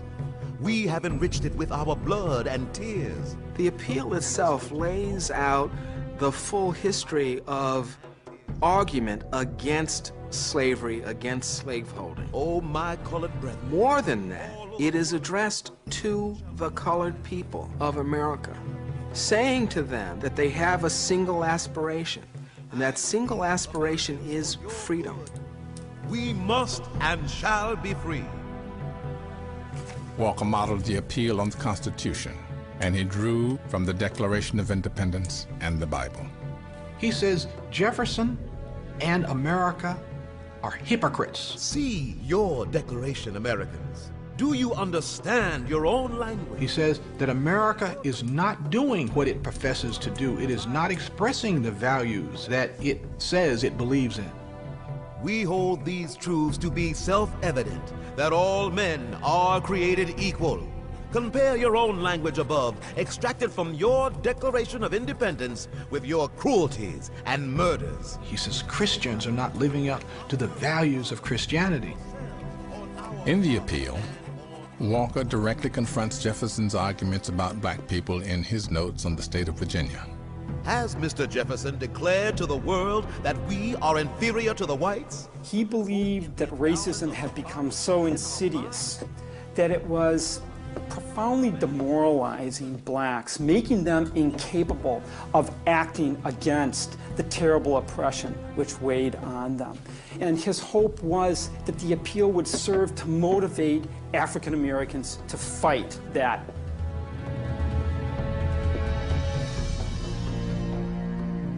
One of the tremendous elements of David Walker's appeal is his reach into the psyche of blacks, to say first and foremost that we need to think together as a people, but also to focus on the individual, and in a sense to say change begins with you, and you must begin to think differently. Not only to think of us collectively as a single people sharing an ultimate aim of freedom, but to think of yourself differently, to think of yourself as an agent of freedom. And what Walker does in his appeal in 1829 is to say, listen, if emancipation is not forthcoming, blood will flow. Oceans and oceans of blood. Americans, I call God, I call angels, I call men to witness that your destruction is at hand. Walker distributed his appeal up and down the Atlantic seaboard. He mailed copies to ministers who would read it to the illiterate. The appeal was even discovered in the hands of runaways in North Carolina. Black activists in the 1830s talk of gathering with others in their communities, to have the appeal read to them, to fire them, to give them increased inspiration to continue on with their struggle and to help them understand what it was they were fighting. Well, as you might well imagine, this is shocking and frightening to slaveholders. Immediately, many southern states put out bounties on David Walker's head. They want David Walker delivered from Massachusetts to a variety of places in the South. Of course, southern slaveholders were well aware that there had been many slave rebellions and attempted rebellions all along. But this was particularly frightening because it was an appeal issued by a free black man outside of the South. In other words, outside of the direct control of slaveholders. One of the people who responded to Walker's charge was the young Maria Stewart, who in 1826 married a free and successful Boston shipping agent. Born free, Maria was orphaned at age 5 and immediately sent into domestic service. She probably learned to read and write in a black church.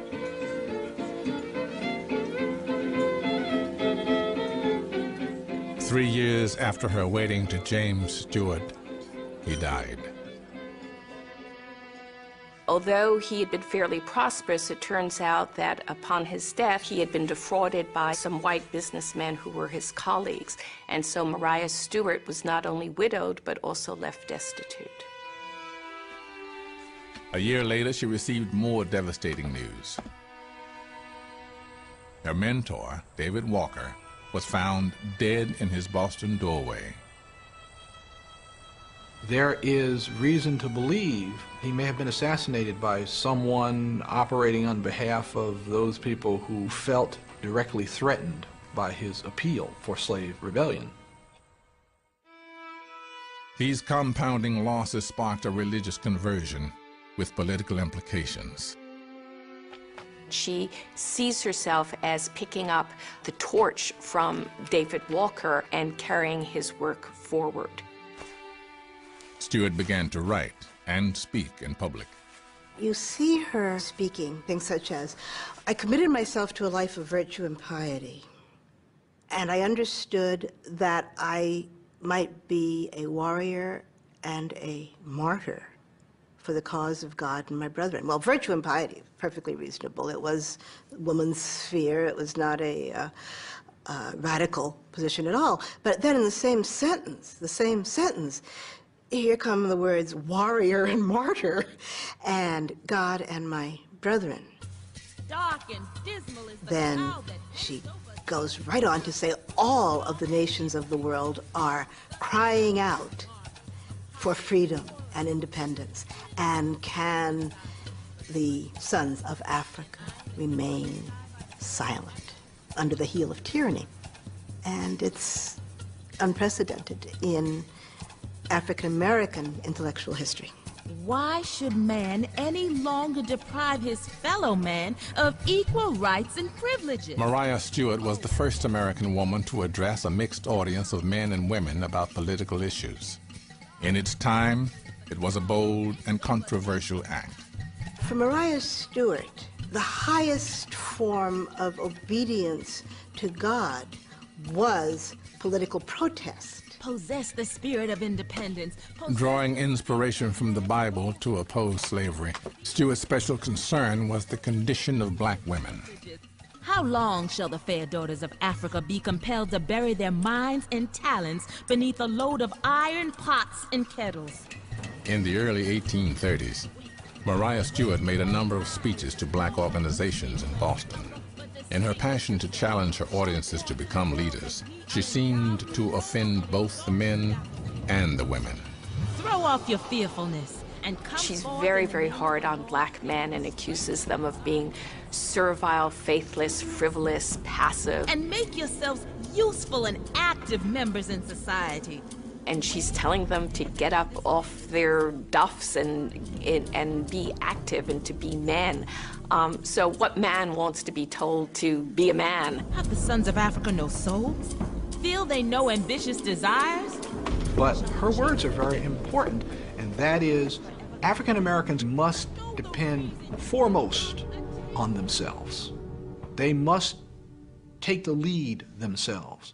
They must uplift the race. That's the way they'd put it in the 19th century. They must uplift the race.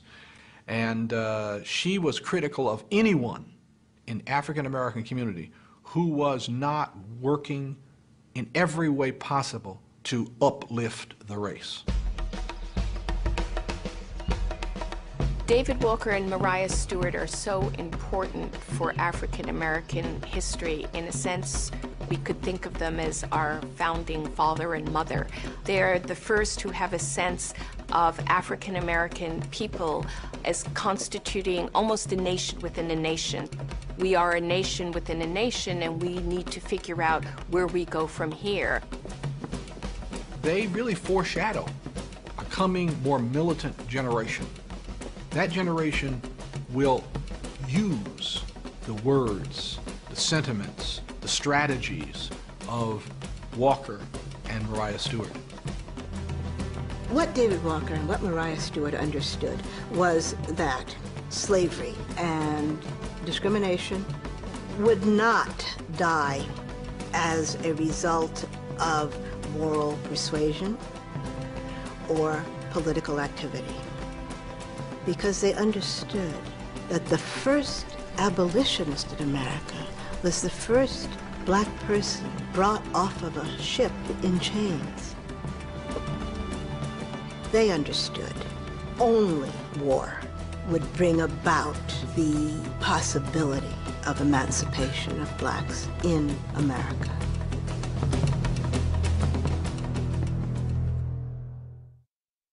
Next time, slavery transforms America into an economic power. And that made slaves the most valuable thing in the nation beside the land itself. Enslaved men, women, and children labor to make millions for their masters. Here you have the nation tolerating the selling of human beings. The seeds of destruction have been planted. Violence is erupting in the halls of government, on the streets of Washington. Experience more of the personal stories, triumphs, and challenges enslaved people faced at pbs.org. Learn more about the continuing efforts of enslaved and free Black Americans to gain equal rights under the law.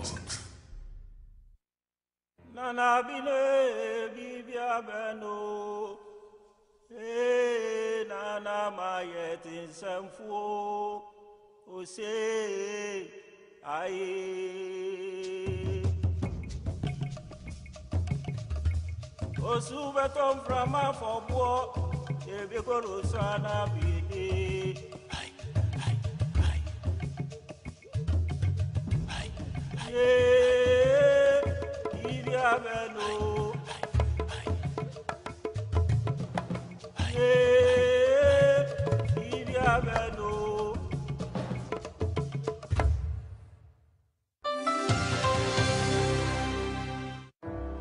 At New York Life, we know that learning from the past helps create a better future. We support this PBS program as part of our commitment to understanding the stories that shaped our nation. Guided by our values, financial strength, integrity, and humanity, New York Life has been part of America's story since 1845. Join us in exploring the defining moments of our nation's history. We are PBS.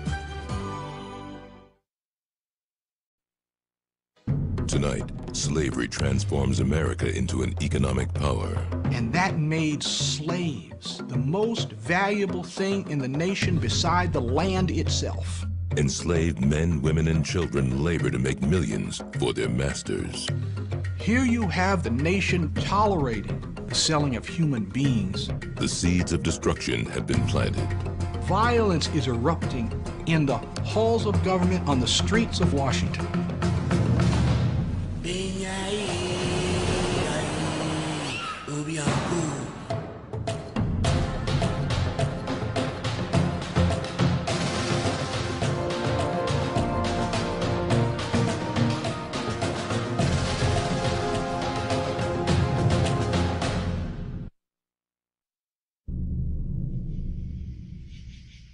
It was the age of cotton, a time when a third of all Southerners lived in bondage, an era of extraordinary wealth sustained by unimaginable brutality.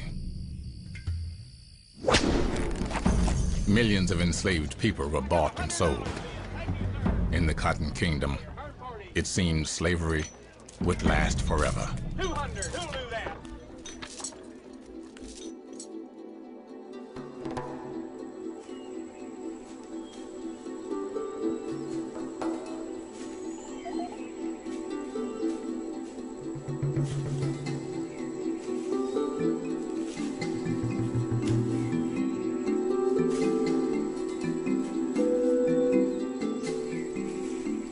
I once saw two beautiful children playing together. One was a fair white child, the other was her slave. When I saw them embracing each other, I turned sadly from the lovely sight. I foresaw the blight that would fall on the slave's heart. In the 1850s, Harriet Jacobs began to pen an autobiography she would call Incidents in the Life of a Slave Girl. She would become the first woman to write a slave narrative. Published works written by African Americans who had escaped lives of bondage. At a time when state laws in the South made it a crime to teach the enslaved reading and writing, Harriet would use her words to reveal the awful truth of American slavery.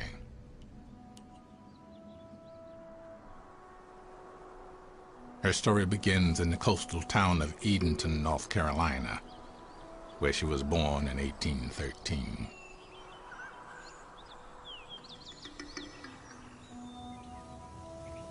Harriet's first owner had ignored the law and taught her to read and write.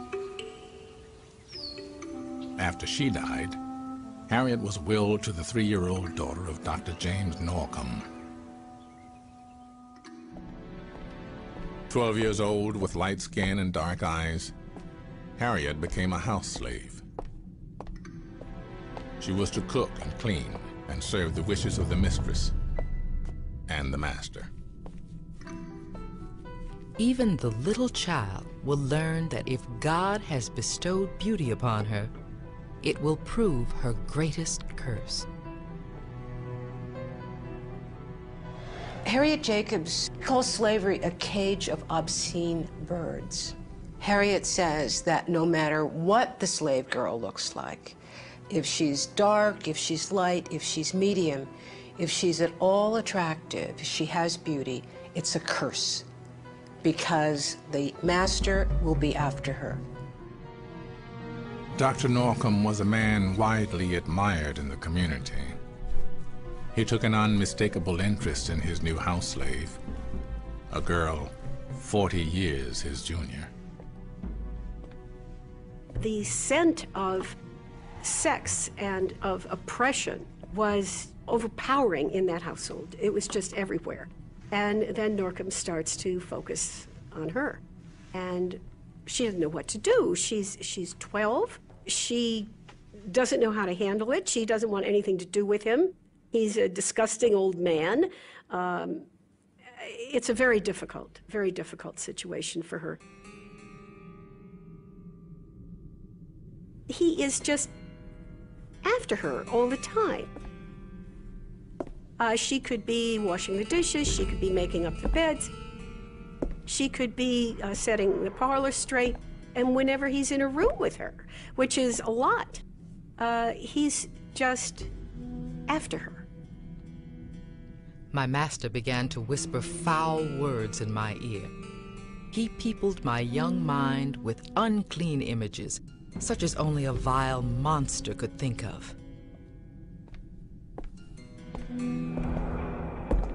He met me at every turn, reminding me that I belonged to him, and swearing by heaven and earth that he would compel me to submit to him. She's just completely drowning in this harassment and in this sexual situation. He doesn't want to force her. He wants to convince her.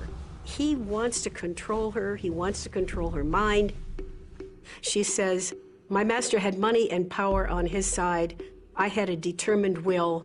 There is might in each." Wonderful line. So she's in a war, and really from the time she's 12, 13, 14, she understands it, because she isn't his victim. She's his enemy. Harriet knew that the doctor was the father of 11 slave children. Norcom had many children outside of his legal marriage. And what Harriet tells us, that he tended to sell the children off. The practice was not unusual. Mulattoes, wrote a slaveholder's wife, are as common as blackberries. The rates of interracial children being born may have actually been higher then than any time since. Most of these liaisons cannot be described as consensual, because any kind of liaison between a slave and their owner cannot be described as consensual. So no white man ever had to feel like he was in fact raping a black woman if he took her against her will. In fact, if you look through the court records, you will find that the judges often say there is no such thing as the rape of a black woman. The courts do not recognize it. This is just, it's disgusting. It's obscene, is what it is. It's obscene, it's perverted, it's incestuous, but it was normal. It was legal.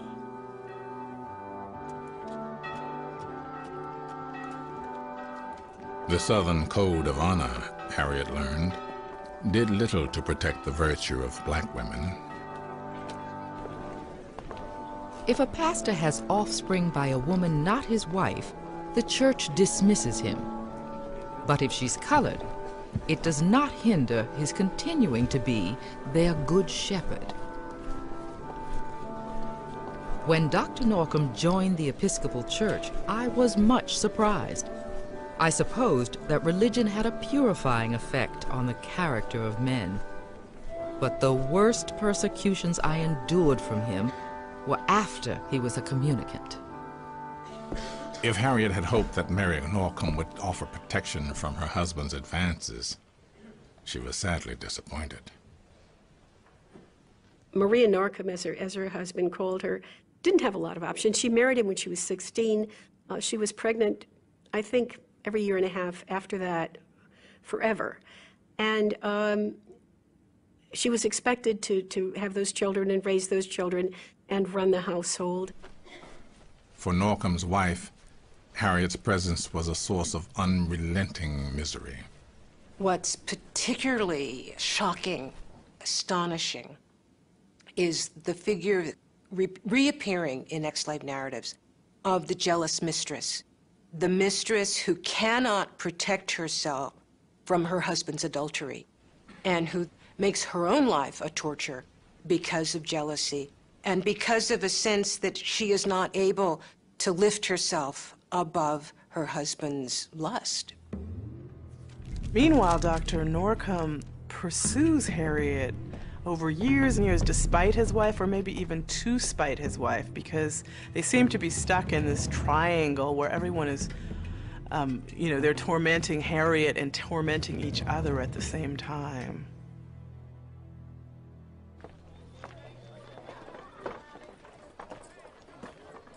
At 15, Harriet believed she had finally found her rescuer, Samuel Treadwell Sawyer. The 30-year-old lawyer was from one of North Carolina's most important families. He says that he's concerned about her. How does she feel? Imagine you're 15 years old and a charming young man, I mean, he's not so young, he's twice as old as she is actually, he's almost 30, comes and expresses concern. I am your friend, he says. You know where that goes. You know where that goes if you're 15 and you're white or black or brown or yellow or red and you feel you're in trouble. He was the safe haven. What was Harriet thinking when she agreed to take on a white lover? She's a teenager. That's the first thing we have to remember. She's a kid. Harriet was convinced that a man of such power and influence would be able to free her. It is a Hollywood dream more than a century before Hollywood. But it had happened to another young woman in the town, and she knew the story, and the whole town knew the story of Rose Cabarrus and how she had really managed to get her young master to fall in love with her. And he had, in fact, freed their children, and he had, in fact, freed her, and he had, in fact, even freed her mother. So there was a model for this wild alternative, and Harriet was a risk taker, and she took the risk.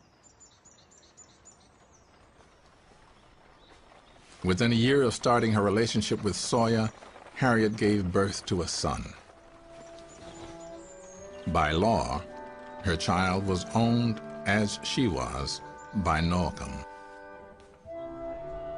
As Harriet waited for Sawyer to free them, America's Protestant churches were caught up in a sweeping religious revival. Many slaveholders saw a value in exposing their slaves to Christianity. The message from the pulpit was clear. Servants, be obedient to them that are your masters. Obey your old master and your young master. If you disobey your earthly master, you offend your heavenly master. You must obey God's commandments. Many African Americans, however, were extracting a very different message from the good book. All the stories about being brought to the promised land, being saved, I mean, that had special meaning to slaves. So that the slaves drew from Christianity the parts that particularly spoke to the oppressed, the parts that said God won't forget you, the part that said it doesn't matter what people on earth think about you, I God love you. On August 22nd, 1831, a small army of the oppressed rose up, and the world of Harriet Jacobs and of slaves throughout the South was forever changed.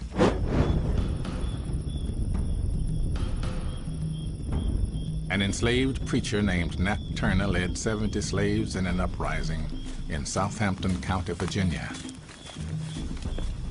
In a 48-hour period, they killed 57 whites, including women and children.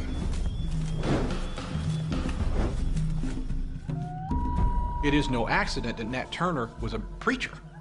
It is no accident that when he goes to war, he does so based upon commandments that he finds in the Bible, in Christianity. It was disturbing, to say the least, to slaveholders that their slaves might spout back to them Christian doctrine which would justify slave rebellion. As word of the rebellion spread across the South, whites began to lash out.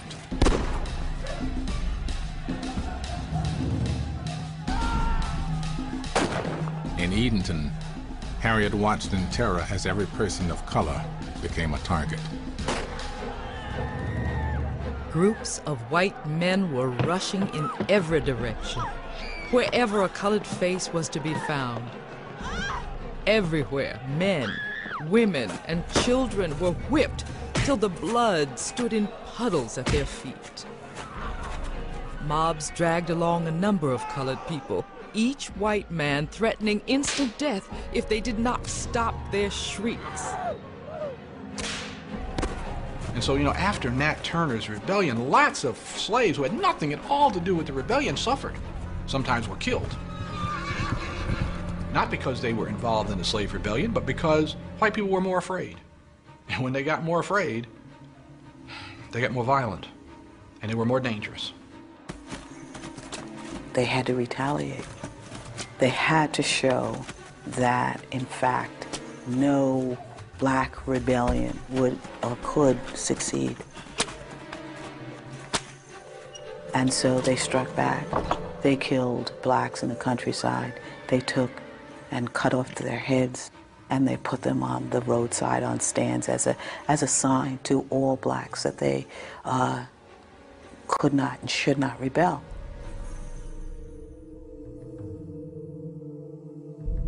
The South remained on high alert. Patrols guarded roads and gathering places. Slaveholders fostered a martial atmosphere that embraced brutality as a necessity.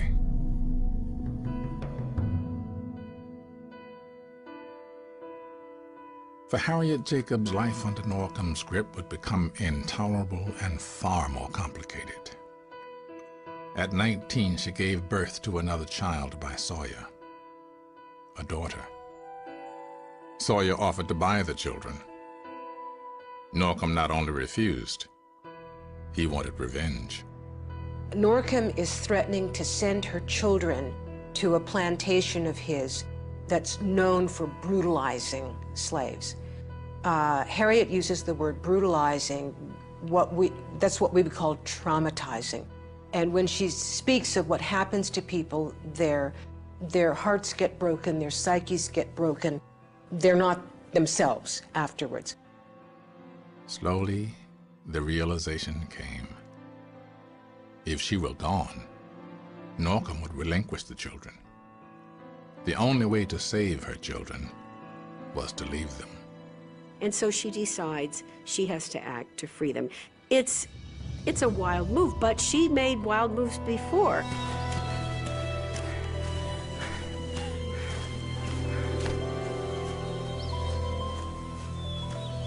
In 1835, Harriet fled into nearby swamps until her grandmother, a free woman living in Edenton, arranged for a more permanent hideout. Soon after, Harriet was secreted away in a tiny space beneath the roof of her grandmother's house. Harriet's world would now shrink to a space 9 feet long, 7 feet wide, and 3 feet high. If you take a very large library table and get under the library table. That's the kind of space that you're talking about. Rats and mice ran over my bed. I was restless for want of air. The atmosphere was so stifled that even mosquitoes would not condescend to buzz in it.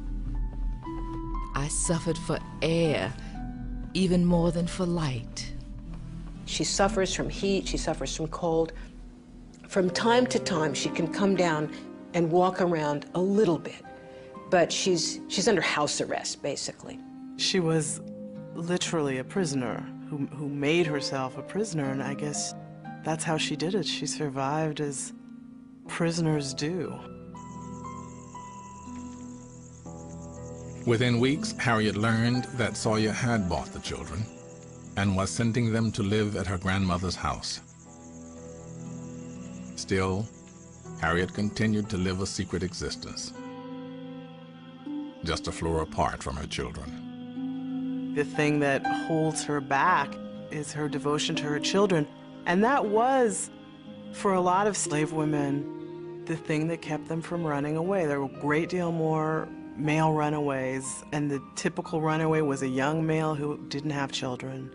For slave women, they just didn't want to run away without their children.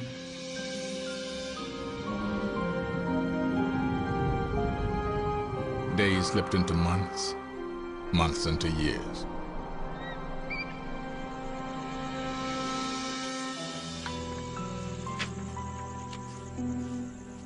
Harriet filled her time writing, reading, and sewing.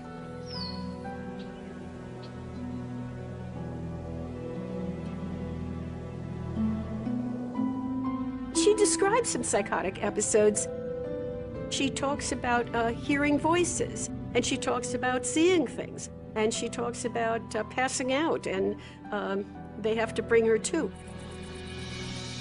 She bore a tiny hole through one of the walls. On occasion, she could catch a glimpse of her children playing nearby, comforting herself in the knowledge that she had freed them from Norcom's hold. Countless were the nights that I sat late at the little loophole, scarcely large enough to give me a glimpse of one twinkling star. Season after season, year after year, I peeped at my children's faces and heard their sweet voices, with a heart yearning all the while to say, "Your mother is here."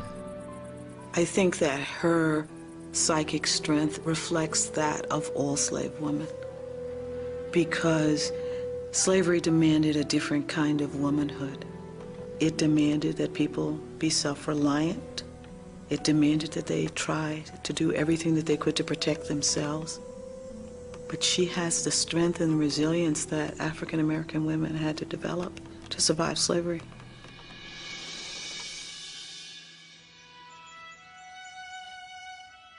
Decades before Harriet Jacobs was born, leading Southerners such as George Washington and Thomas Jefferson had been convinced that slavery was nearing its end. Tobacco had exhausted the soil. The need for slave labor had diminished. That changed in 1803 when President Jefferson signed the Louisiana Purchase and doubled the size of the nation. 4 new states, Louisiana, Alabama, Mississippi, and Arkansas, together known as the Deep South, joined the Union as slave states. Thomas Jefferson, in negotiating of the Louisiana Purchase, declared that he was going to create an empire for liberty. He was going to make an area in which American liberty would expand across the continent. Thomas Jefferson's empire for liberty turned out to be an empire for slavery. The 19th century, the years after the Louisiana Purchase, were the period of the greatest expansion of American slavery ever. The new land was an ideal match for a new invention, the cotton gin. The combination of the cotton gin and the Louisiana Purchase made the production of cotton unbelievably profitable. You know, the cotton gin increased the amount of cotton that a single slave could produce in a day by 50-fold. What it meant was that growing cotton was incredibly, incredibly profitable.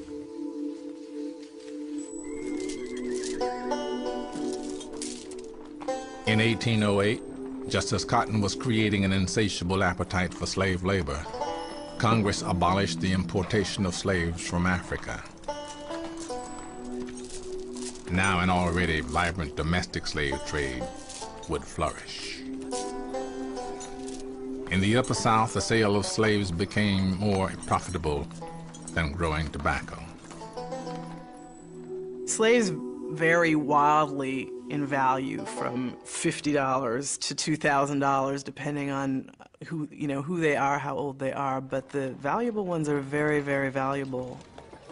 The slave trade develops its own language. It's the language of big bucks. It's a language of wenches. Of course, this entire language is meant to separate black people from the common run of humanity. It's a language of dehumanization. It's a language of bestiality, to say that these people are, in fact, like animals. Slave auctions became a common sight, even in the nation's capital. I got $100 bid. Thank you, sir. Down 81 ought to have hands all over the ground here. 140. 200. Who'll do that? If a young woman was put on the auction block, one of the things that they wanted to make sure she could do was have children. They touched people's bodies, both men and women. But you can imagine that for a woman it was incredibly invasive. So they were not above taking her into a back room and examining her to see whether or not she was able to have children. Now, this is the 19th century, so one wonders what an ordinary slaveholder would be doing. But they, even on the auction block, they would feel a woman's breast to see whether or not she could suckle a child. The specter of the auction block haunted the lives of enslaved people. Slave mothers knew that this moment might come, and they anticipated it, and they did everything they could to prevent it. They lobbied with their masters. They tried to get sold with their children. But it was something that haunted them from the moment that their children were born, that they might lose them. More than 1 million people would be sent to the Deep South. Nearly twice as many as were brought to America in all the years of the African slave trade.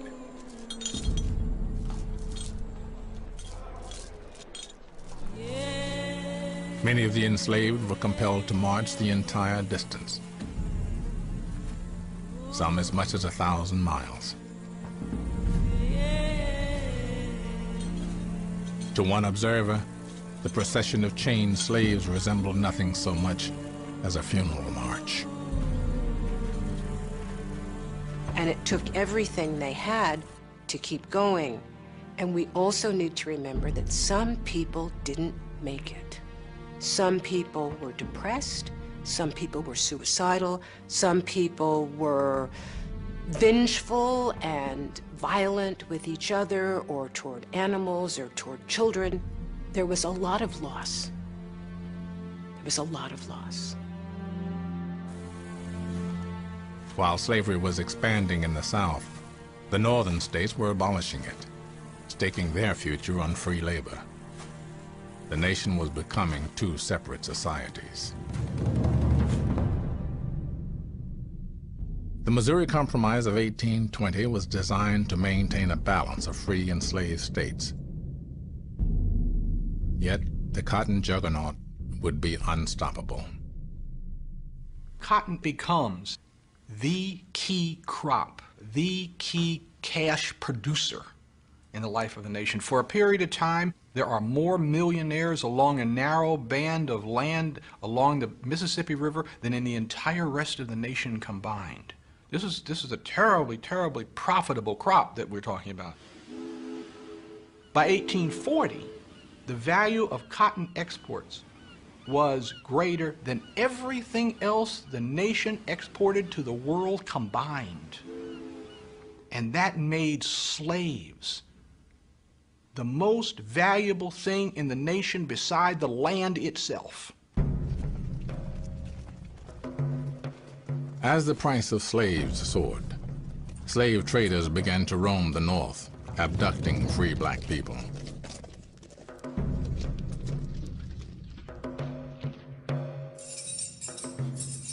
In April of 1841, Solomon Northup found himself in one of the many slave pens lining the streets of Washington, D.C. Born a free man, he lived in New York State with his wife and 3 children. The idea began to break upon my mind that I had been kidnapped, but that I thought was incredible. It could not be that a free citizen of New York should be dealt with thus inhumanly. It was a desolate thought. I bowed my head and wept.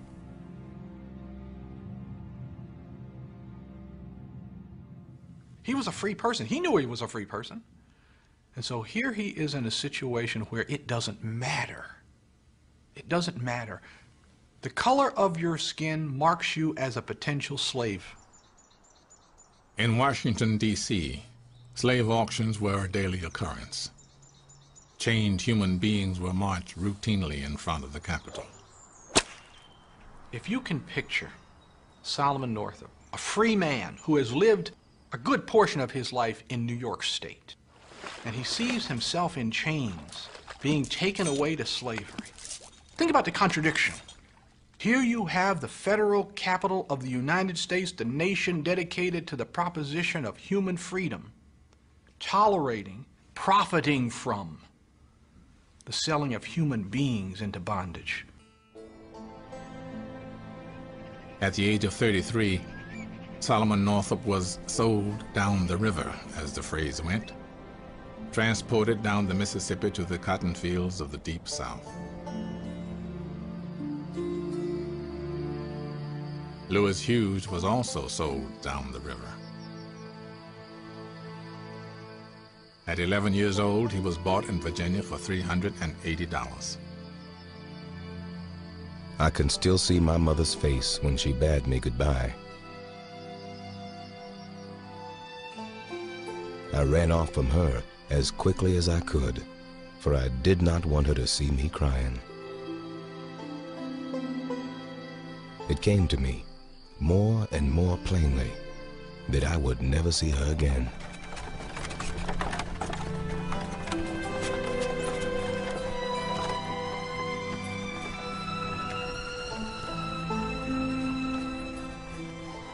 Lewis arrived at the plantation of Mr. Edward McGee.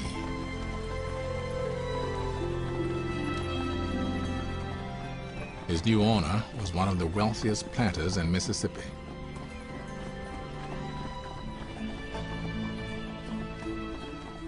When I went out into the yard, everywhere I looked, slaves met my view. I never saw so many slaves at one time before. The young boy was presented as a gift to Mrs. McGee and put to work around the main house. Alone and helpless, he worked hard at his tasks. But it was of no use. Mrs. McGee was naturally irritable. I tried to please her by arranging the parlor when I overheard her say, "They soon get spirit. It don't do to praise them." My heart sank within me. So Lewis Hughes speaks of his mistress as someone who would simply hit him as he walked by, or cuff his ears when he was simply, he thought, going about his business. One of the saddest sides of this story is that over and over again, the children don't understand why they're being beaten. What is the motive? What am I being corrected for? What is it that I'm doing that I shouldn't be doing? You can imagine what this does psychologically if you don't know why you're being beaten. Lewis Hughes's mistress becomes for him an example of the way that slavery corrupts the character of white people. He looks at her and how she takes out her bad feelings on the slaves on a daily basis and thinks, this is, you know, this institution is actually bad for white people. It makes them into terrible people.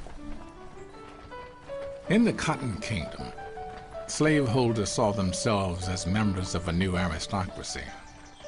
They built lavish homes, bought the finest furnishings, and prided themselves on the elegance of their manners. Their leisure was purchased by the back-breaking labor of others. At harvest time, young Lewis was sent to the fields. The daily task of each able-bodied slave during the cotton picking season was 250 pounds or more, and all those who did not come up to the required amount would get a whipping. Enslaved people labored from sunup to sundown, and when the moon was full, they continued into the night. Children as young as 9 picked cotton. And now we had to start thinking about people as slaveholders thought about people, and that is as machines. You have to keep your machines working at top speed for as long as possible.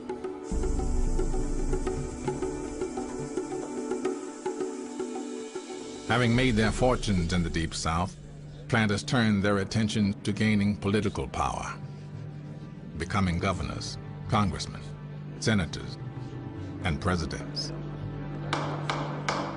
Cotton and the slave labor force which made the production of cotton possible was incredibly powerful economically. And in the 19th century, as in the 21st century, economic power translated into political power. In the 72 years between the election of George Washington and the election of Abraham Lincoln, 50 of those years sees a slave holder in the White House. It is they who write the laws. It is they who adjudicate those laws. It is they who enforce those laws. The United States is truly a slaveholding republic. Though they had abandoned slave labor in their own region, Northerners were making huge profits from slavery. Cotton generated an extensive textile industry in New England. Insurance companies insured slaves as property. Many Wall Street firms got their start as middlemen in the cotton trade. Senator Charles Sumner of Massachusetts called it a conspiracy of the lords of the loom and the lords of the lash.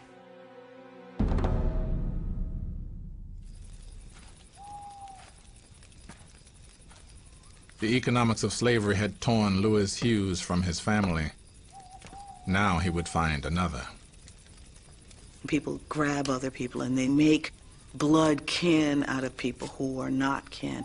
It's resilience, it's survival, it's a way to survive. It's a way to make a way out of no way, to create a family when it is being torn and split apart. It saved people who were vulnerable in so many ways to physical and psychological abuse. Someone else in the quarters or in the kitchen who says, here's a little cake for you, or how are you, or help me. These are the other sides of these, not blood relationships, but kin relationships nonetheless. Lewis Hughes would grow strong and healthy. The thought of freedom never far away. I used to hear Boss read in the papers about runaway slaves who had gone to Canada, and it always made me long to go. Yet I never appeared as if I paid the slightest attention to what the family read or said on such matters. But I felt that I could try at least to get away. When he was 20 years old, Louis summoned the courage and fled, only to be caught and returned.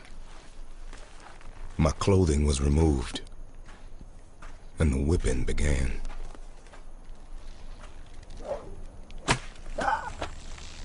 Boss whipped me a while. Then he sat down and read his paper, after which the whipping resumed. This continued for 2 hours. Then he used tree switches, which cracked the flesh so the blood oozed out. It was weeks before I could bear clothing touching my skin. Whippings often ended with a bucket of salt water poured on the wounds.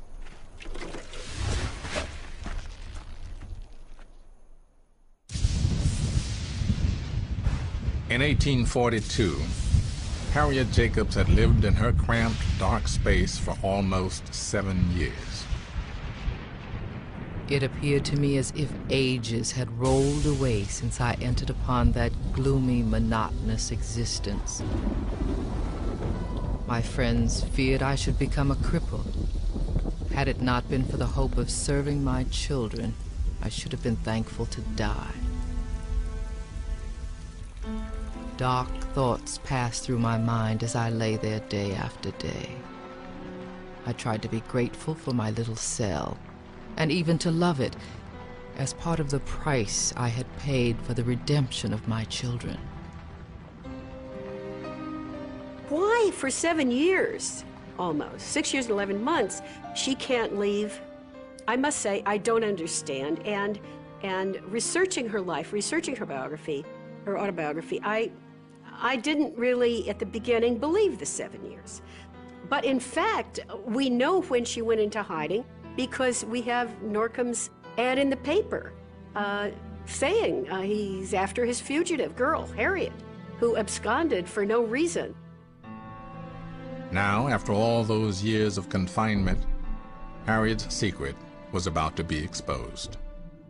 A neighbor's untrustworthy slave had stumbled upon Harriet's hideaway.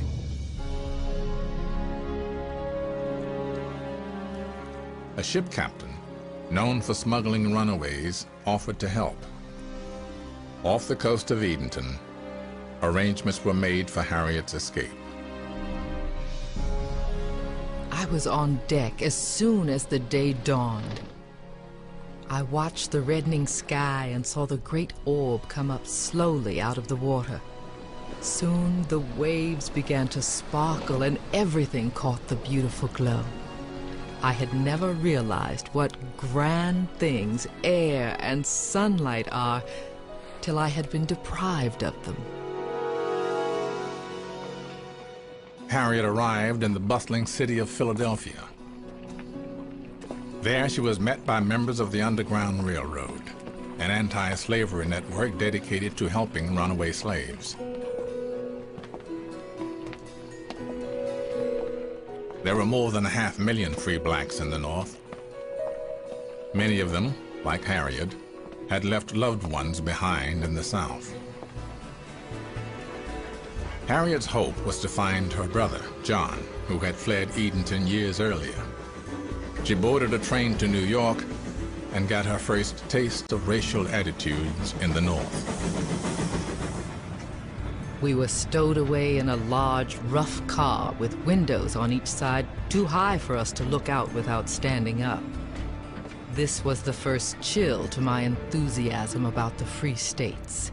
What she encountered was a world very divided by race, in which black people were second or third class citizens, actually, in which black men could not vote, unlike white men.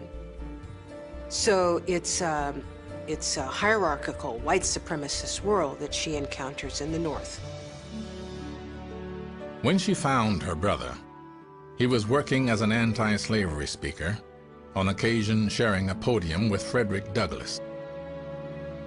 Also a fugitive slave, Douglass was one of the most powerful voices for black freedom in the country.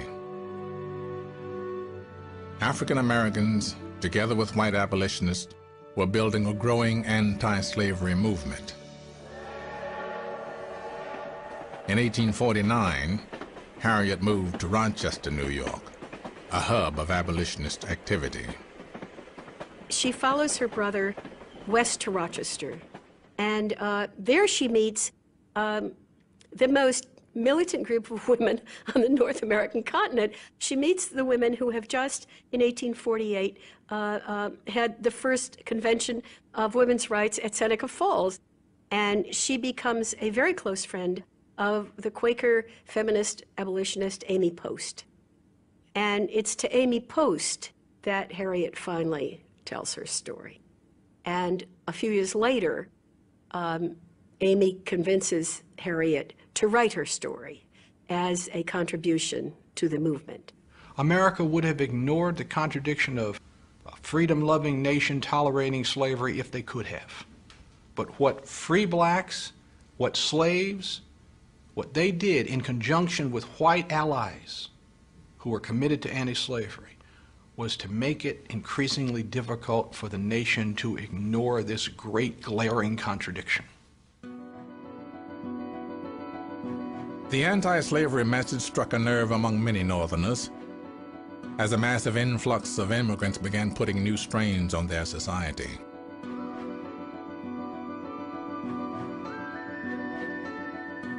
The Irish wage laborers who built those railroads, who dug the canals, were the first real wage labor working class in America. And the growth of that working class is going to become a major social development of 19th century America. But there was this notion that slave labor and free labor could not exist side by side, that slave labor would drive out, would devalue free labor. With victory in the Mexican War bringing vast new territories into the Union, the conflict between slave states and free states would explode. The South wanted room to grow. The North saw a promised land for free labor. As violent confrontation loomed in the West, Congress devised the Compromise of 1850. California would be admitted as a free state, and in return, the South would get the most severe fugitive slave law in the nation's history. The Fugitive Slave Law of 1850, you have to understand what this law said. It said that a person could be accused of being a fugitive slave and that person would have no right of self-defense, no right to speak on his or her own behalf, no right to a lawyer, no right to a jury trial. Think about it. The law was a resounding defeat for abolitionists. Local officials would receive the hefty sum of $10 for every African American handed over to slave catchers.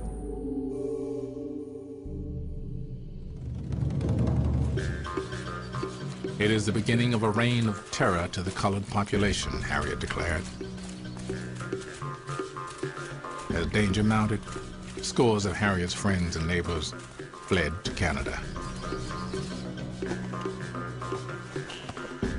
Many a wife discovered a secret she had never known before, that her husband was a fugitive and must leave her to ensure his own safety. Worse still, many a husband discovered that his wife had fled from slavery years ago, and as the child follows the condition of the mother, the children of his love were liable to be seized and carried into slavery.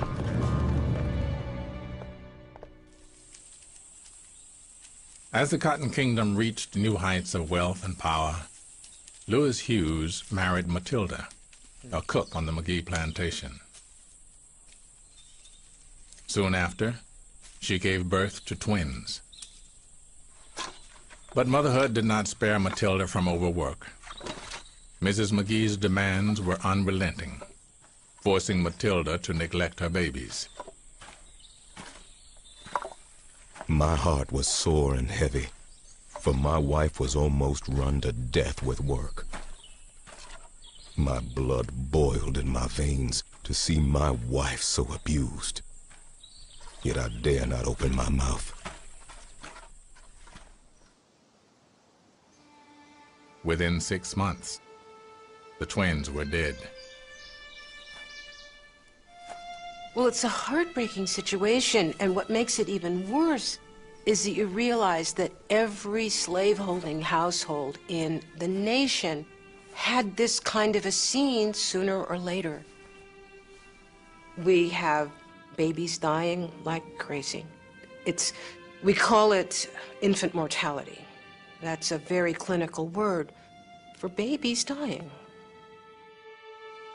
For the young couple, there seemed no end to suffering.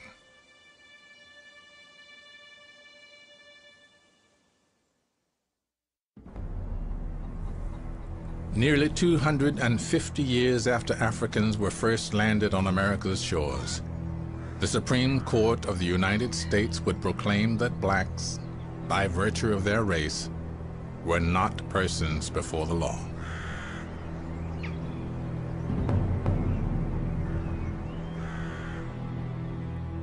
In 1857, in a landmark decision, the Supreme Court ruled in the Dred Scott case that Congress had no authority to limit the spread of slavery to any territory. The Chief Justice's words stunned African Americans. Roger B. Tawney, a Southerner, reads a decision that says that Dred Scott, as a black person, and black people generally, had never been, were not then, could never be citizens of the United States, and as such have no rights which white men are bound to respect. Northerners were furious. "Wherever our flag floats," protested one newspaper editor, "it is the flag of slavery." When abolitionists sought ways to circumvent the Dred Scott ruling, slaveholders pressed for a federal slave law. This is astounding. By the late 1850s, the Southerners are demanding that the federal government pass a slave code for all the territories that it acquired in the West. And obviously, Northerners aren't about to accept this kind of thing. The battle over slavery was crippling the political process.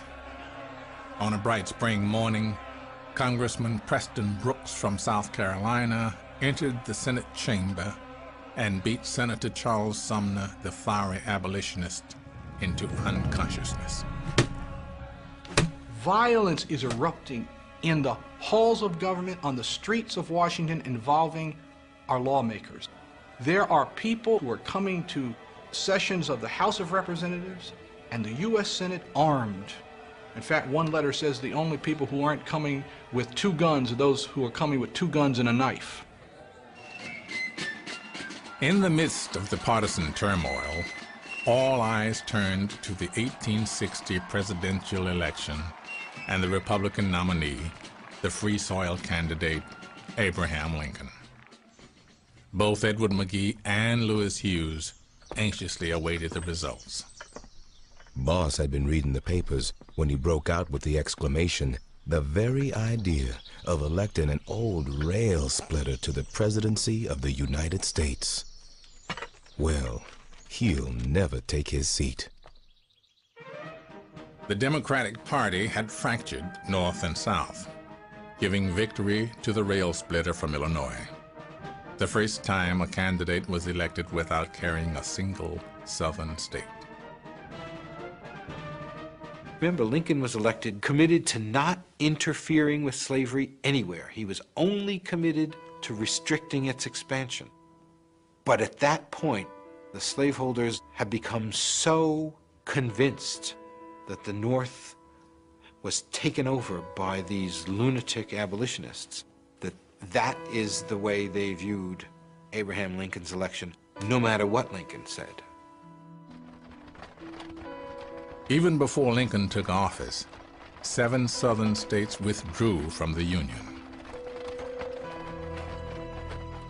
Enslaved people across the South were heartened by the news. For Lewis and Matilda, the moment held the first ray of hope for freedom.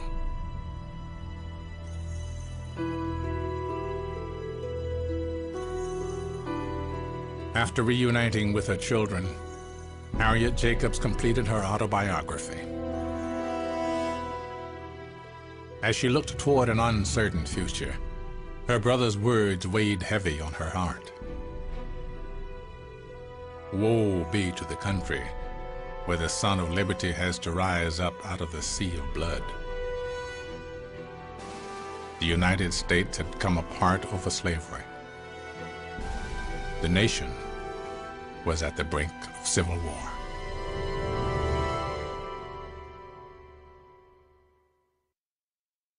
Next time, the North and the South fight the bloodiest war in American history. This is a white man's war for union. This war has nothing to do with slavery. Then Black Americans, enslaved and free, force a change in the war. Robert Smalls fought in 17 battles in which he risked his life for the Union cause. Emancipation only begins the challenge of freedom. The message was that the destiny of African Americans was not at all connected to the destiny of the nation. Experience more of the personal stories, triumphs, and challenges enslaved people faced at pbs.org. Learn more about the continuing efforts of enslaved and free Black Americans to gain equal rights under the law.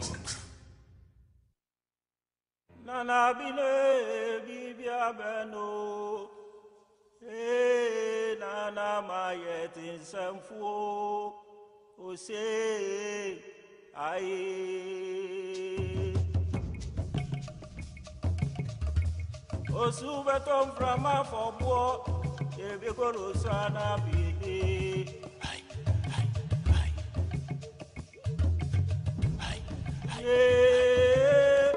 Ibia beno.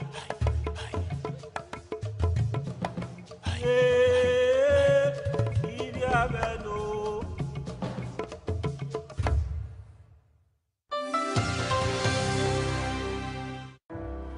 At New York Life, we know that learning from the past helps create a better future.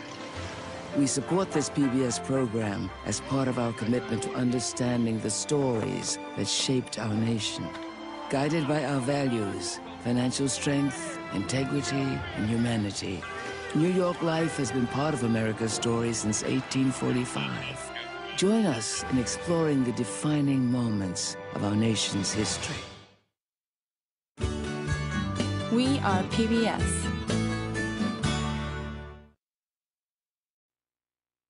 Tonight, the North and the South fight the bloodiest war in American history. This is a white man's war for union. This war has nothing to do with slavery. Then Black Americans, enslaved and free, force a change in the war. Robert Smalls fought in 17 battles in which he risked his life for the Union cause. Emancipation only begins the challenge of freedom. The message was that the destiny of African Americans was not at all connected to the destiny of the nation.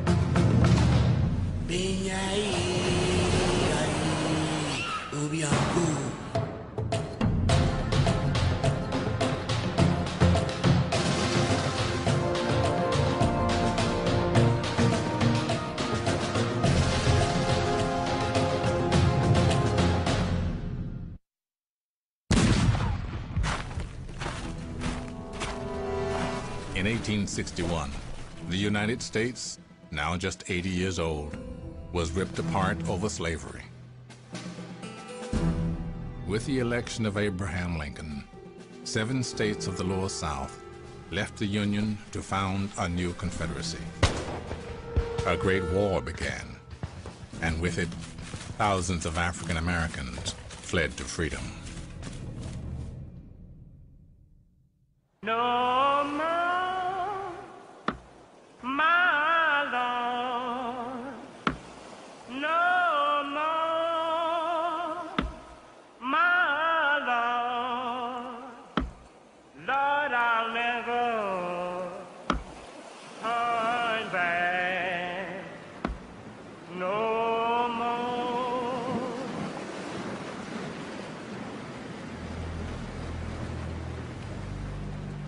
The moon was up, the tide was right for the escape of the planter, and it was a dramatic event. In the early morning of May 13, 1862, a slave named Robert Smalls led his wife, children, and fellow enslaved sailors on a daring escape attempt from the Charleston harbor.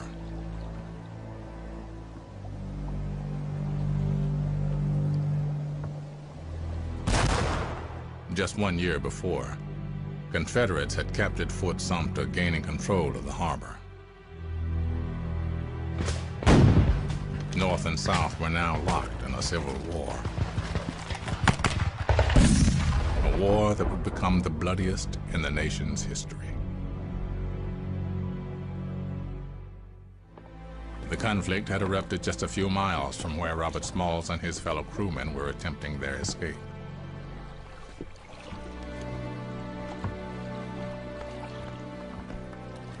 They had a little rowboat, and once the families were loaded onto the boat, the men took their posts.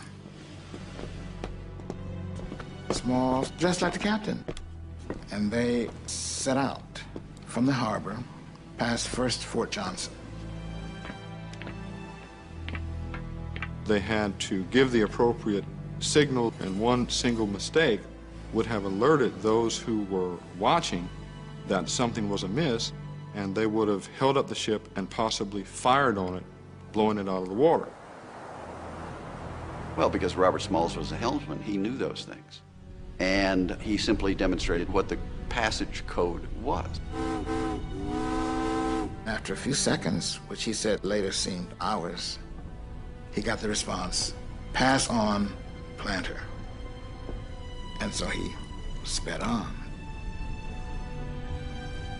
And then they were approaching Fort Sumter, and Smalls said a prayer. O Lord, we entrust ourselves into thy hands, like thou didst for the Israelites in Egypt. Guide us to our promised land of freedom. And some of the men said to him, "Let's don't go close to the fort. Let's cut a wide berth around it so they won't see us." Smalls said, "We want them to see us. We don't want them to think we're sneaking around." So they went close to Fort Sumter.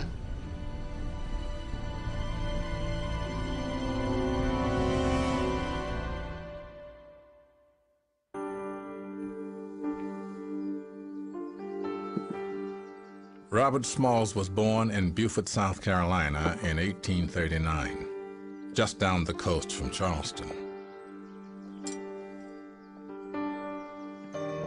His mother, Lydia, was born enslaved on the McKee plantation. Robert Smalls' mother, Lydia, was a household servant. So she was probably more literate and better educated than most of the general slave population in the Sea Islands. She imparted, or at least tried to impart, as much of that education to her son as she could.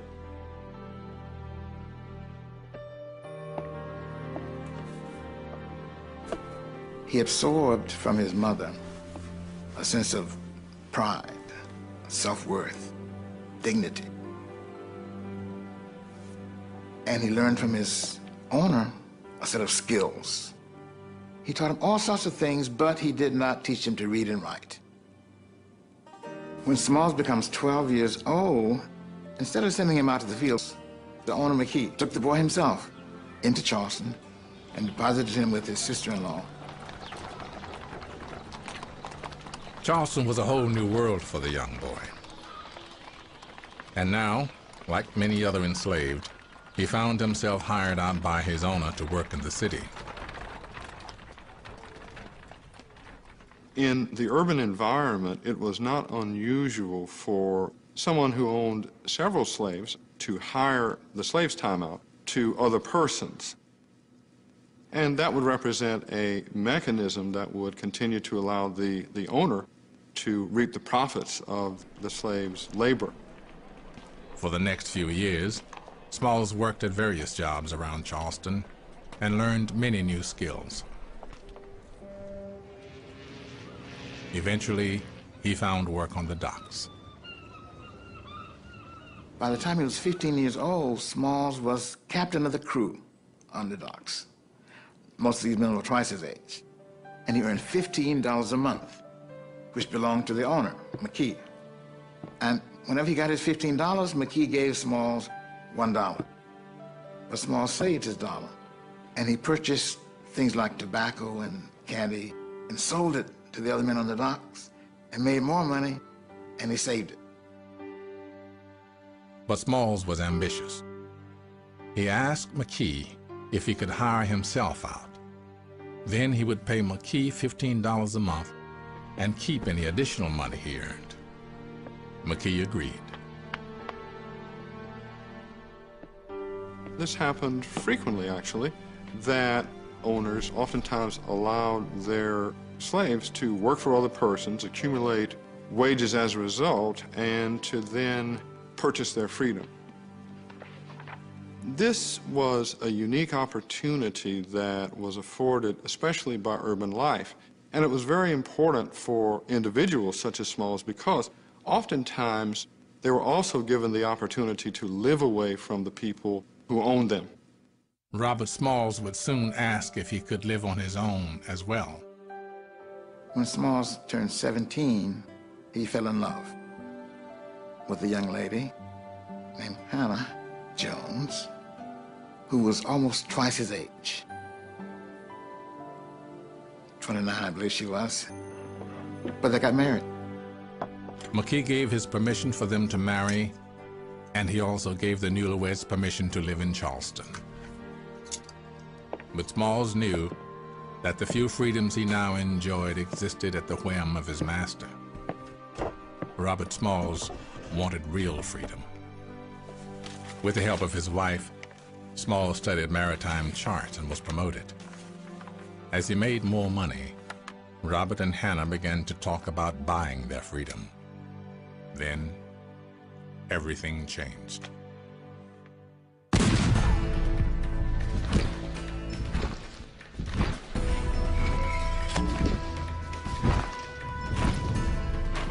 The Civil War broke out on Robert Smalls' doorstep. For decades, North and South had been dividing between free and slave labor. In 1860, as the country expanded into the West, Southerners wanted the new Western territories to be slave states. But most Northerners saw these new territories as places for free white men to work their own small farms. The battle over the future of slavery was destroying the Union. By the time of the presidential election of 1860, the Southern Democrats break off, and they are pushing quite strongly towards the possibility of secession. And the center of secession during this period is South Carolina. With the Democratic Party divided, a free labor Republican from Illinois was elected president with less than 40% of the vote. Abraham Lincoln did not carry a single Southern state. Immediately after the election of Abraham Lincoln, there are a series of meetings in South Carolina particularly. And before Christmas of 1860, South Carolina announces to the world that it is withdrawing from the United States of America. It is seceding.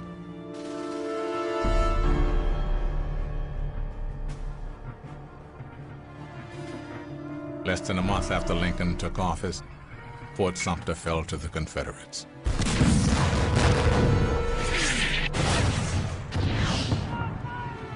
Abraham Lincoln issues a call for federal troops to put down what he now is referring to as a rebellion. The Civil War is underway. And, you know, it's like this rock rolling downhill.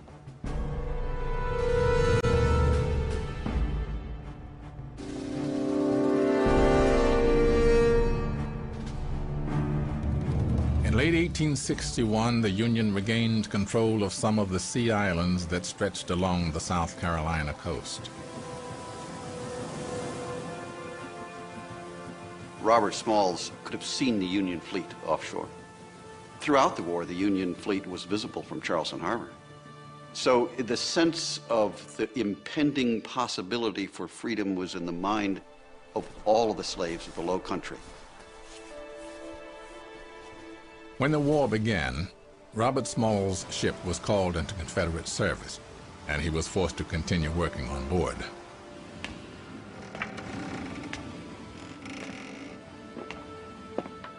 So for a year, he was fighting with the Confederacy against the Union. They laid mines in the harbor, they carried ammunition from one place to another, they carried troops, they were fighting a war. Smalls figured that he was fighting the war on the wrong side.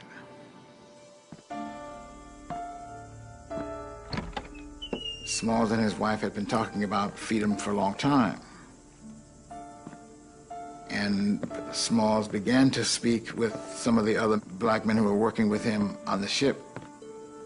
They began to talk about how to escape. One night, the enslaved crewmen of the Planter dared meet at Small's apartment to finalize their escape plans.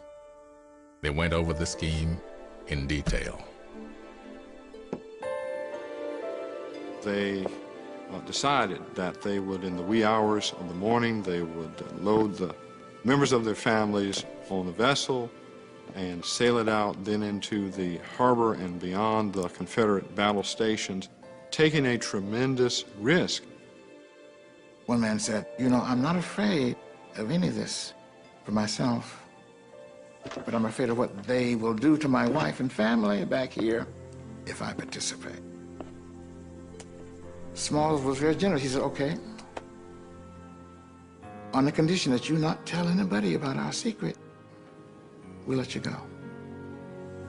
So they let the man go. And then he said, "This is very dangerous, and we may be captured by the Confederates.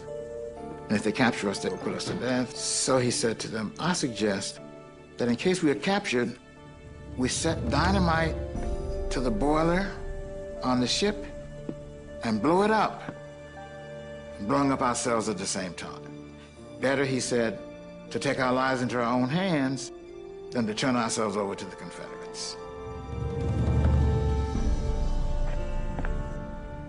They all agreed.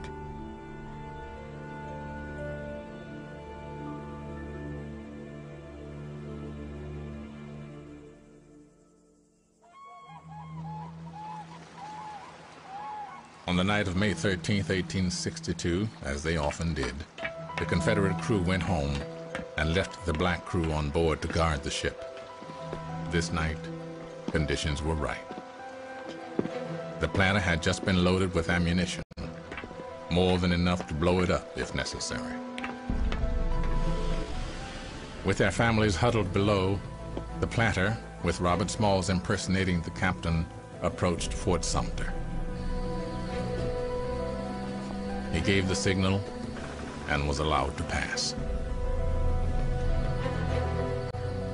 And then the sentry on the Fort Sumter noticed that the boat had sped up, and he thought that was funny. So he called to the boat to halt. But by now, Smalls was out of the range of the Confederate fire, and so he didn't stop.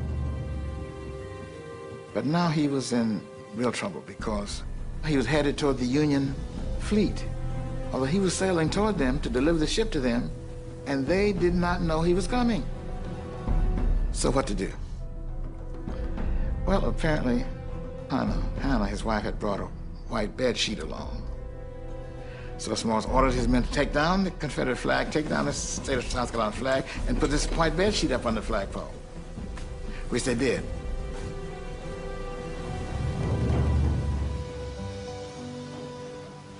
The Union naval blockade didn't fire on the ship and did allow it to come into its midst, and was very surprised to see this Confederate vessel now in the possession of enslaved African Americans who turned it over to them. Smalls stepped up and said to the Union ship captain, "I'm Robert Smalls. I brought you the Planter. I thought it might be of some use to Uncle Abe." That's how the Planter became a Union ship and Smalls became free.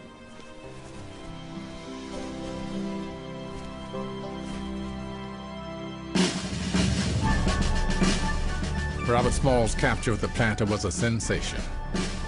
It was reported from New York to London. Robert Smalls very quickly became a major celebrity. Lots of slaves escaped during the Civil War. None of them escaped with as much enterprise or with as much Confederate property in their possession as Robert Smalls and the crew of the Planter. The Union Navy quickly learned that they were getting much more than just a new ship. When Smalls was taken into Union custody and debriefed, they were overjoyed. They knew that the ship was valuable, and as they debriefed Smalls, they learned how much he knew about the Confederate defenses, and that was even more valuable than the ship. Robert Smalls really challenged the whole theoretical basis of slavery, because here was someone who was intelligent enough, who was courageous enough, who was confident enough to engineer really this dramatic and extraordinary escape right out from under the noses of the superior race. So there's this feeling that there has to be some sort of retribution for that, and so the state of South Carolina actually places a $50,000 bounty on his head. The bounty did not frighten Smalls.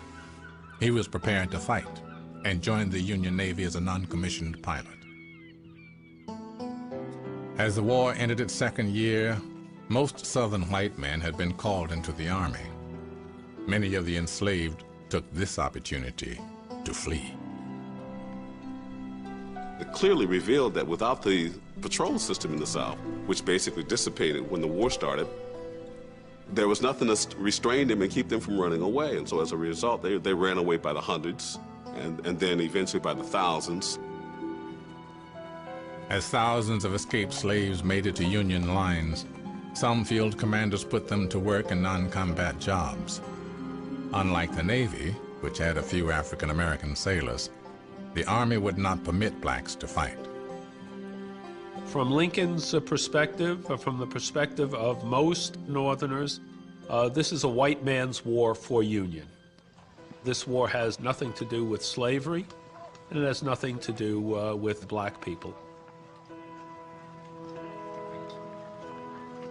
From the time he took office, Lincoln's policy was focused on keeping the 4 slave-owning border states in the Union. Lincoln believed that without Delaware, Maryland, Kentucky, and Missouri, the North was doomed. "I hope God is on our side," the president told a reporter, "but I must have Kentucky." In fact, there's this very interesting conversation between Frederick Douglass and Abraham Lincoln, in which Frederick Douglass says that, you're fighting this war with a strong right hand behind your back. Even though you're concerned about maintaining the loyalty of the border states, the United States would be better off to accept the service of thousands, tens of thousands of African-American troops.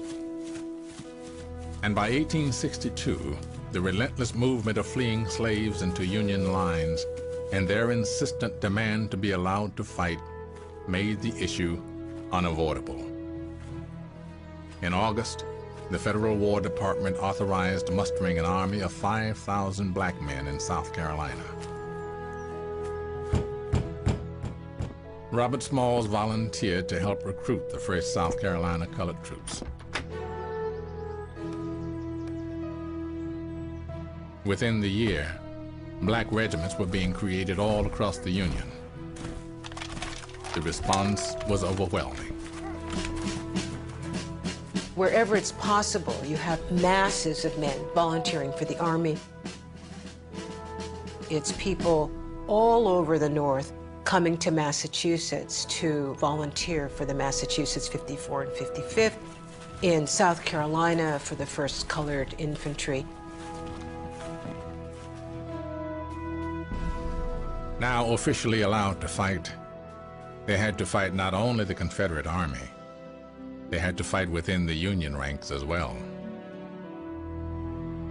Racism was rampant.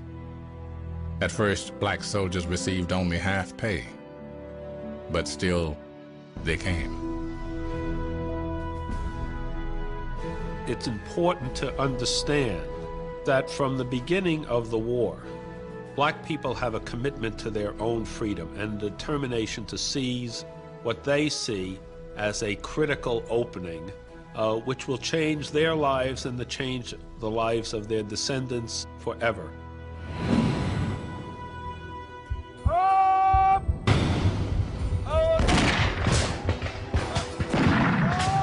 The influx of new soldiers was having an impact, but Lincoln wanted to choke the Southern resistance.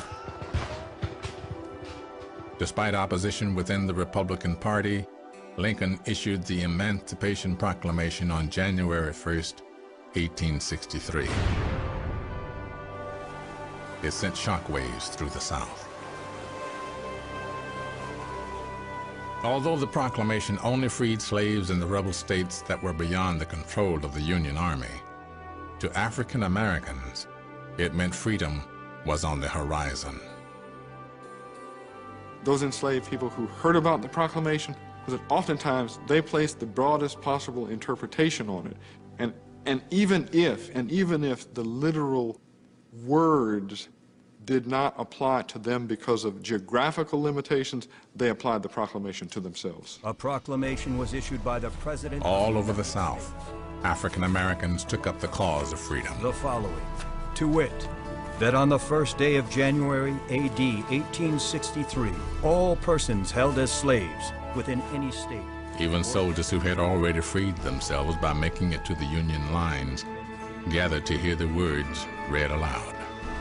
Shall be then, thenceforward, and forever free. And the executive government. The call for freedom had been sounded.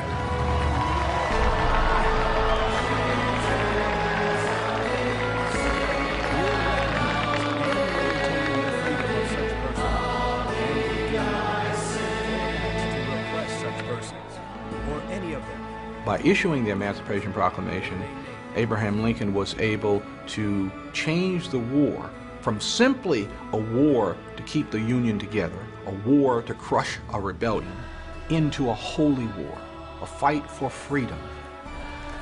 For African Americans, it was the dawn of a new day.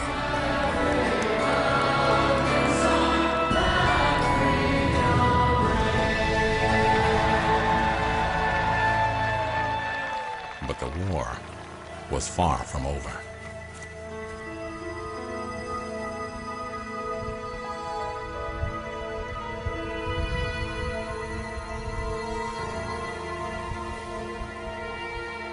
In the North, anger over the proclamation caused enlistments by white men to fall off.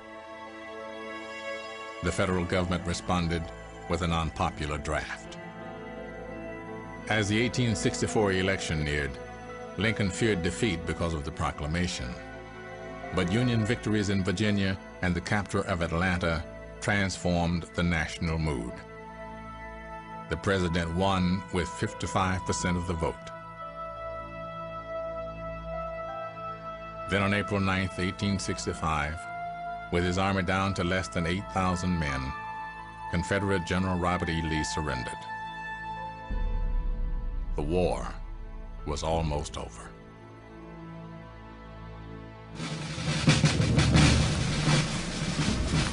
Five days after the surrender, exactly 4 years to the day the Civil War had begun, a celebration was held at Fort Sumter to raise the American flag once again over the fort. And there was tremendous rejoicing on that day as throngs of people journeyed out to Fort Sumter. By the time that celebration in Charleston Harbor occurred, Robert Smalls fought in 17 battles in which he risked his life for the Union cause. So he was a military hero at the end of the war. And when this occurred, he was one of the celebrities who was included on the ceremony. This celebration was terribly consequential because what it did was confirm that the war was over with and that this was a new day in South Carolina and a new day throughout the length and breadth of the South. All over the country, African Americans rejoiced. But their joy would not last. That same night, Abraham Lincoln was shot in a Washington theater. Within hours, the great emancipator was dead. Small said he cried like a baby and prayed, Lord, have mercy on us all. The country wondered, what now?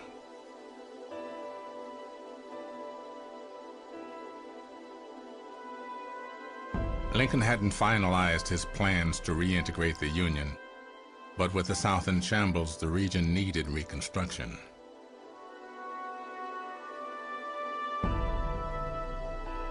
Every level of society had to be rebuilt.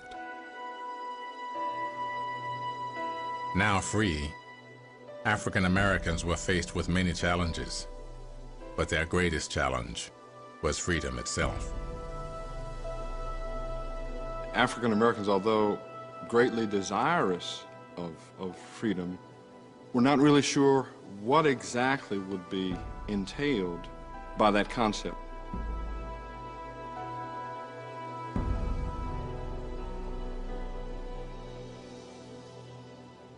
In a world built on slavery, to say you are not enslaved anymore, what does it mean? Who's free? Does that mean you're going to become a white person? Does that mean you're going to be able to own property? It's an abstract kind of a concept that really could only be determined by what people did.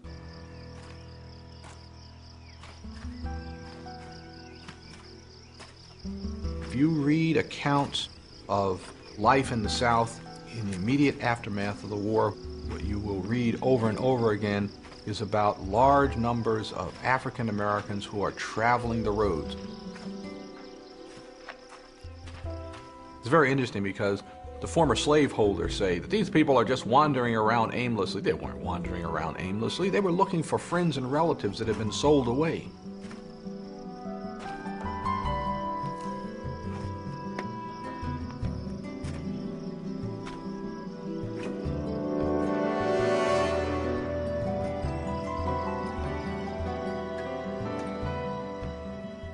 One of the most heartrending sights in and after the war publications is columns called Lost Friends, in which people are looking for their families.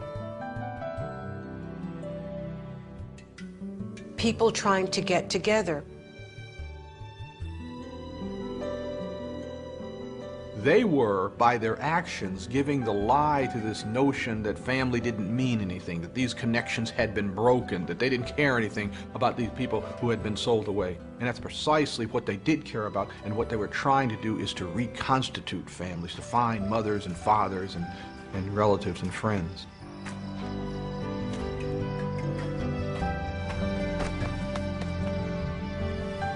All over the South, African Americans set out to become part of the new society.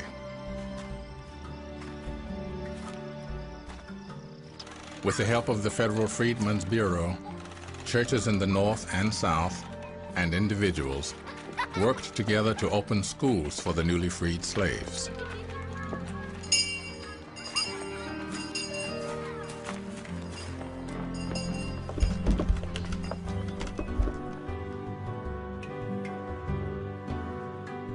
Freed people of all ages wanted one of the most basic rights denied them during slavery: to learn to read and write. Many others opened businesses or sought work for pay. For former slaves, it was the first time they could negotiate work contracts and buy land. They knew that owning land was the key to inclusion in the new America.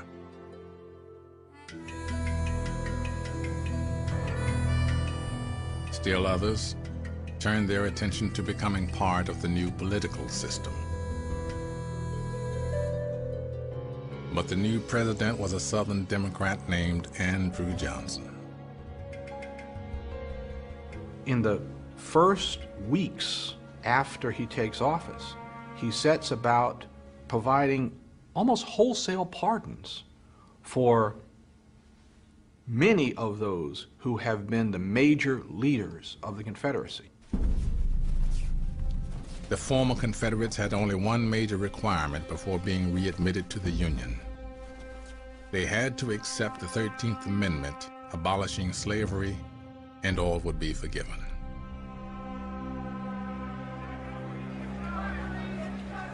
Republicans in Congress were outraged.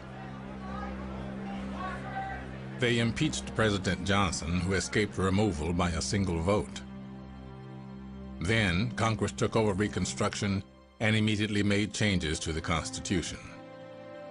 The 14th Amendment to the Constitution said that your right of citizenship is not dependent on race.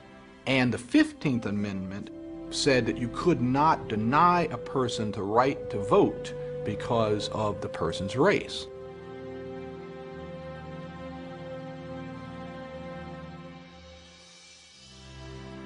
By the time you get to the spring of 1867, African Americans have a new sense of government, a new sense of what government means. After all, it was government that would, in fact, take the steps to incorporate African American men into the body politic. With the ability to vote and enter politics, many African Americans who had fled the South returned home. At the end of the war, Smalls came back to Beaufort, where he purchased a house where he'd grown up as a slave. His mother had worked as a slave.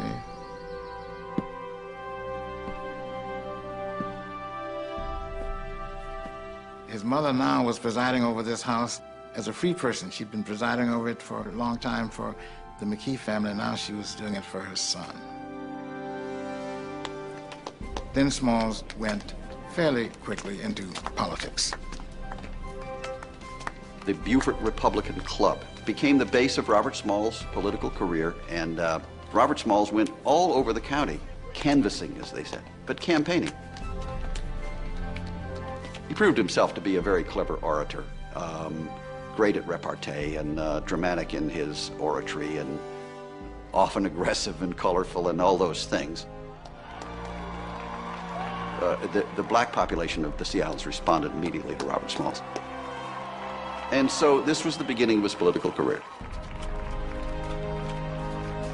In the spring of 1868, Robert Smalls was elected to the South Carolina State House of Representatives, where he joined the black majority in the legislature.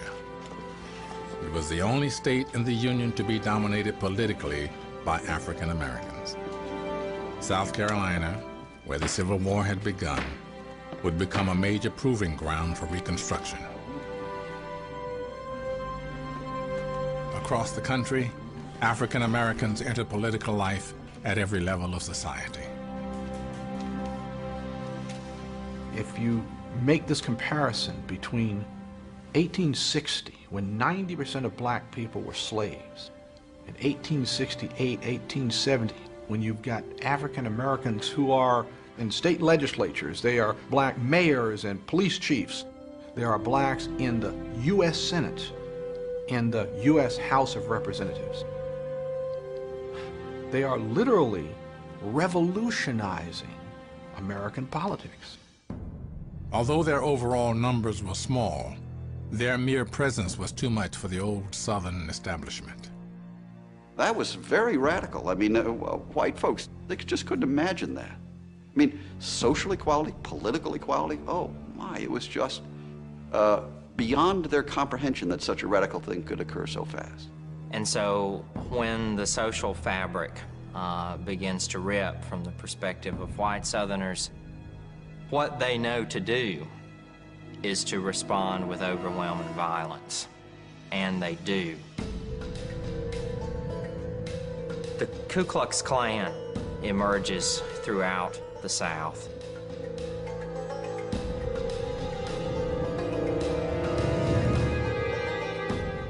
they do unspeakable things. They do the things that you would think of terrorists doing. They blow things up, they kill people, they do all kinds of other things that you would normally associate with political terrorism. These were very dangerous times. These white terrorists, really, because that's what they would properly be called, were committed to stopping at nothing to eliminating the black body politic.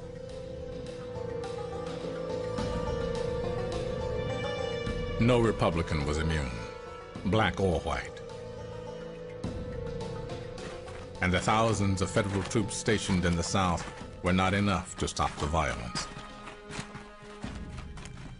In South Carolina, State Representative Robert Brown Elliott spearheaded hearings to investigate Klan activities.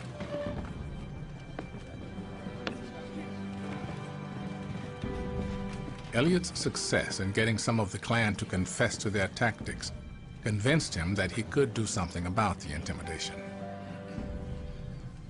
He once said, "We have suffered much and may suffer more. Let us not be driven from our position by any threats." In November 1870, Elliott was elected to the U.S. Congress. He took his crusade against the Klan with him. Elliott wants to convince the federal government that more work needs to be done to protect the rights of citizens. And he particularly wanted to catch the ear of President Ulysses Grant. But Grant's only major Reconstruction plan was an attempt to annex the Caribbean island of Santo Domingo in the hopes that African Americans would want to relocate there. Despite Grant's plan, Elliott, along with other Republican leaders, continued lobbying the president. In April of 1871, their efforts paid off. Grant signed a Ku Klux Klan Act aimed at giving the federal courts the power to jail the Klan's leaders. In October, Grant declared martial law in 9 South Carolina counties due to the condition of lawlessness. It would be the only time the military power of the act would be used. By 1874, when Robert Smalls was elected to Congress, the Klan Act had been effective, but now there was a new problem. Groups called rifle clubs had taken their place. In South Carolina, the Red Shirts Rifle Club became notorious. The Red Shirts essentially were the Confederate Army recidivists. The command structure of the Red Shirt regiments preserved the command structure of actual Confederate regiments. These were Confederate veterans who were now under, in many cases, the very same officers that they had served under during the American Civil War. And so the organization of the Red Shirts was really a way to bring resistance out into the open. In 1876, just 8 years after the first interracial elections, violence against Southern Republicans was out of control. Smalls took to the floor of Congress to urge his fellow congressmen to keep the pressure on the South. He told them about a letter he had received, testifying to the level of violence. The letter began, "These were facts which I vouch for entirely, and are not distorted in any degree. It's a plain, unvarnished narration of painful and horrible truths."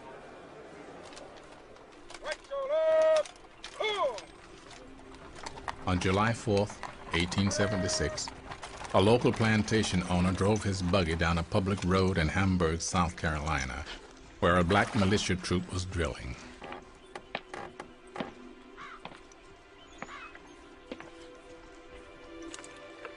The local plantation owner insisted on being allowed to drive right through this muster field. The black militia refused to move. They almost come to blows. After a few tense moments, The troop leader, Doc Adams, ordered his men to break ranks and allowed the carriage to pass.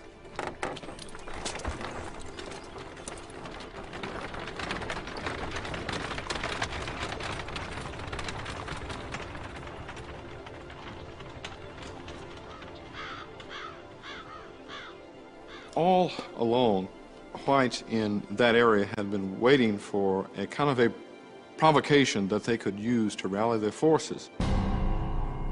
And so local Democratic leaders rally white Democrats in that area, and when the local black militia found out what was happening, they held up in a building, and the whites began to lay siege to that building.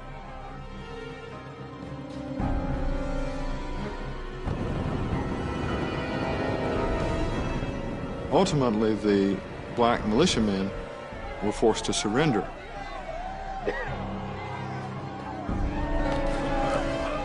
When they surrender, particular members of Doc Adams' militia are picked out.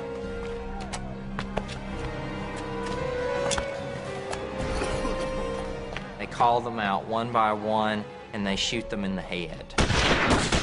Then they tell the rest to flee. As they begin to flee into the woods, many of them are shot in the back.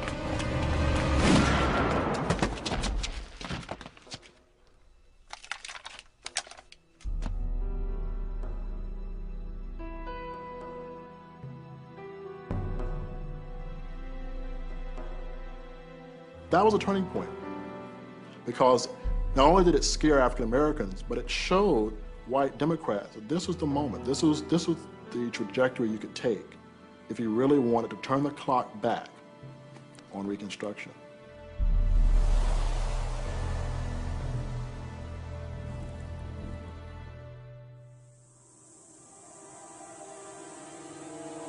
In the South, the days leading up to the presidential election of 1876 became even more violent. In the North, Republicans grew weary of the plight of the freedmen. When the governor of Mississippi asked for federal troops to halt widespread violence against black voters, Grant said there was no use saving Mississippi if it would cost the Republicans Ohio. There was sort of this general feeling that let's just give the white South what they want, which the white South said what we want is to be left alone, to shape our own social institutions, which is a very polite, very Southern way of saying we want to be able to control our former slaves. At great personal risk, African Americans held political meetings to get out the vote.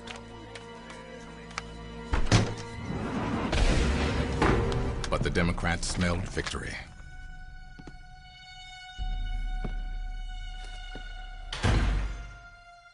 On November 7th, 1876, everyone who dared went to the polls. The day after the election, there were accusations of vote tampering in 3 southern states: Florida, Louisiana, and South Carolina. In fact, there's 2 returns come from all 3 of these states. One set of returns say that the Democrats had won the election. Another set says that the Republicans had won the election. And this, of course, leads to an impasse in Congress, and they decide then to appoint a commission. As the commission argued whether the Republican Rutherford B. Hayes or the Democrat Samuel L. Tilden should become president, the March 4th inauguration deadline loomed. Robert Small spoke about the continued violence against Republicans in his state. The Democratic Party pursued a policy calculated to drive from the state every white man who would refuse to join them in their attempts to deprive the Negro of the rights guaranteed him by the Constitution of the United States. The debate dragged on. The struggle for freedom was in jeopardy. and hence the basis of a bargain which will allow Rutherford B. Hayes to assume the presidency. On the evening of February 26, 1877, just 6 days before the inauguration deadline, a clandestine meeting between representatives of both candidates took place at the Wormley Hotel in Washington, D.C.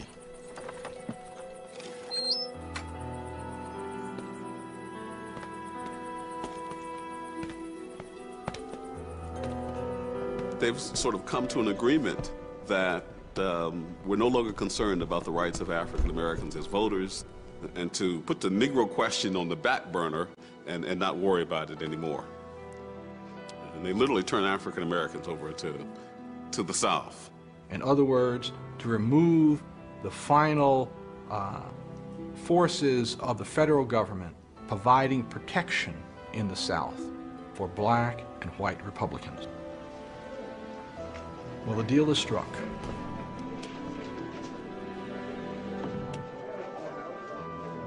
And so this is the infamous then compromise of 1877.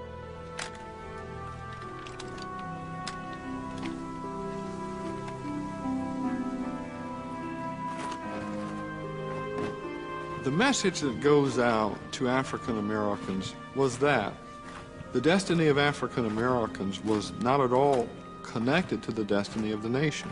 And this is a very different situation than the situation which developed during the Civil War. Because one of the things that we understand and understand very clearly is that when the Emancipation Proclamation was issued by President Lincoln, Lincoln was saying that the destiny of African Americans was linked directly to the destiny of the nation. We would rise or fall together.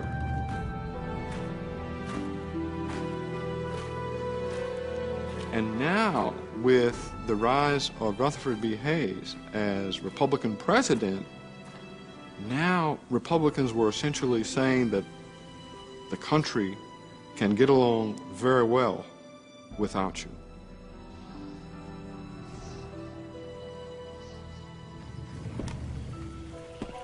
After the Compromise of 1877, African Americans found themselves increasingly forced out of politics. Across the South, black Republicans were simply removed from their posts. Robert Smalls, a U.S. congressman who could not be removed, was charged with corruption, jailed, and eventually pardoned. They did to Robert Smalls what they did to a lot of prominent black politicians at that time. And those charges haunted Robert Smalls for the rest of his life. But Robert Smalls was a very brave man, not just stealing the planter, but his whole fighting in 17 battles in the Civil War. He wasn't afraid of gunfire. He wasn't afraid of standing up to people who were armed when he was not. He had immense personal courage. Robert Smalls never gave in. To the disdain of the Democrats, he continued to run and be re-elected from his predominantly black district for 9 more years. His leadership would give hope to his people in the years of uncertainty to come. Across the South, Democratic leaders did all they could to erase Reconstruction from their minds and from the law. Gradually, African American voters are intimidated to the point where they all but cease to be allowed to vote. Mississippi passed a series of laws that allowed legal discrimination against African Americans in almost every phase of life.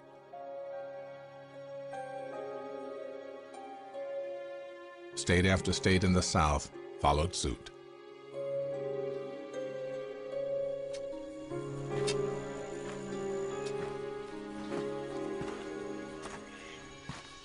As the old slave system was turned into a new system of servitude, many African Americans stayed to fight on the soil they had always called home.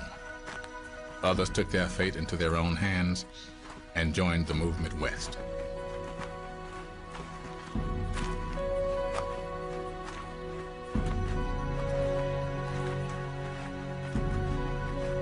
Black churches became more than ever the political cornerstone of their communities.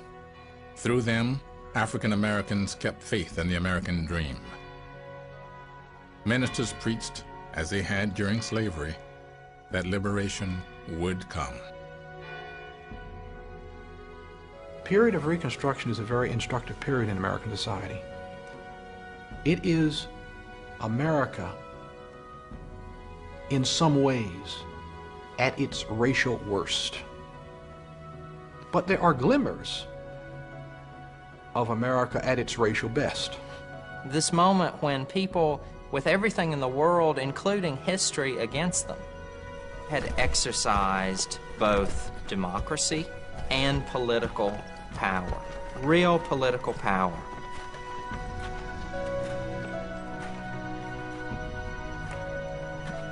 Their attempt at the first interracial democracy was stalled, but the groundwork had been laid. Although it would be almost 100 years until the Second Reconstruction, their struggle would not be in vain. Out of Reconstruction come the basic tools that allow the modern civil rights movement to establish important victories in the 1960s. Without the 14th Amendment, without the 15th Amendment, the civil rights movement would have had very little foundation upon which to build. So that Reconstruction really does have an important impact on all of the generations that follow. It would be too simple to say that Reconstruction was a total failure. It wasn't a total failure. There was a period of time when America provided a ray of hope.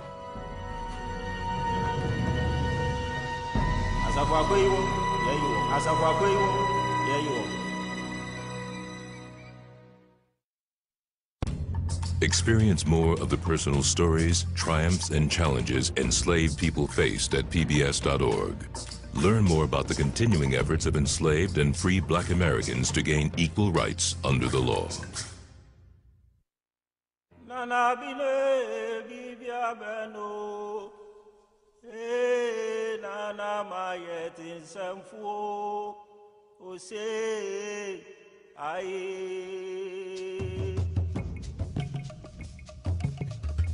Osubetom frama for boy, ebekoro sana bidi.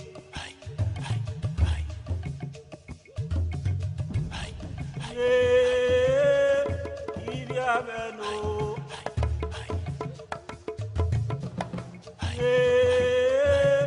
Iriabeno.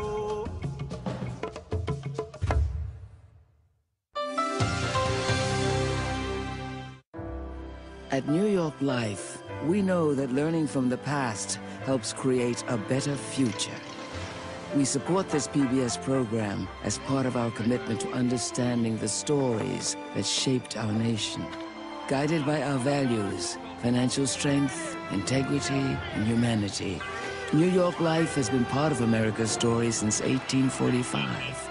Join us in exploring the defining moments of our nation's history. We are PBS.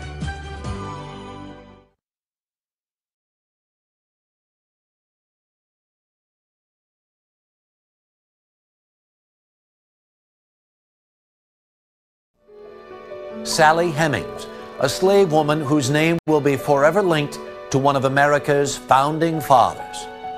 When 3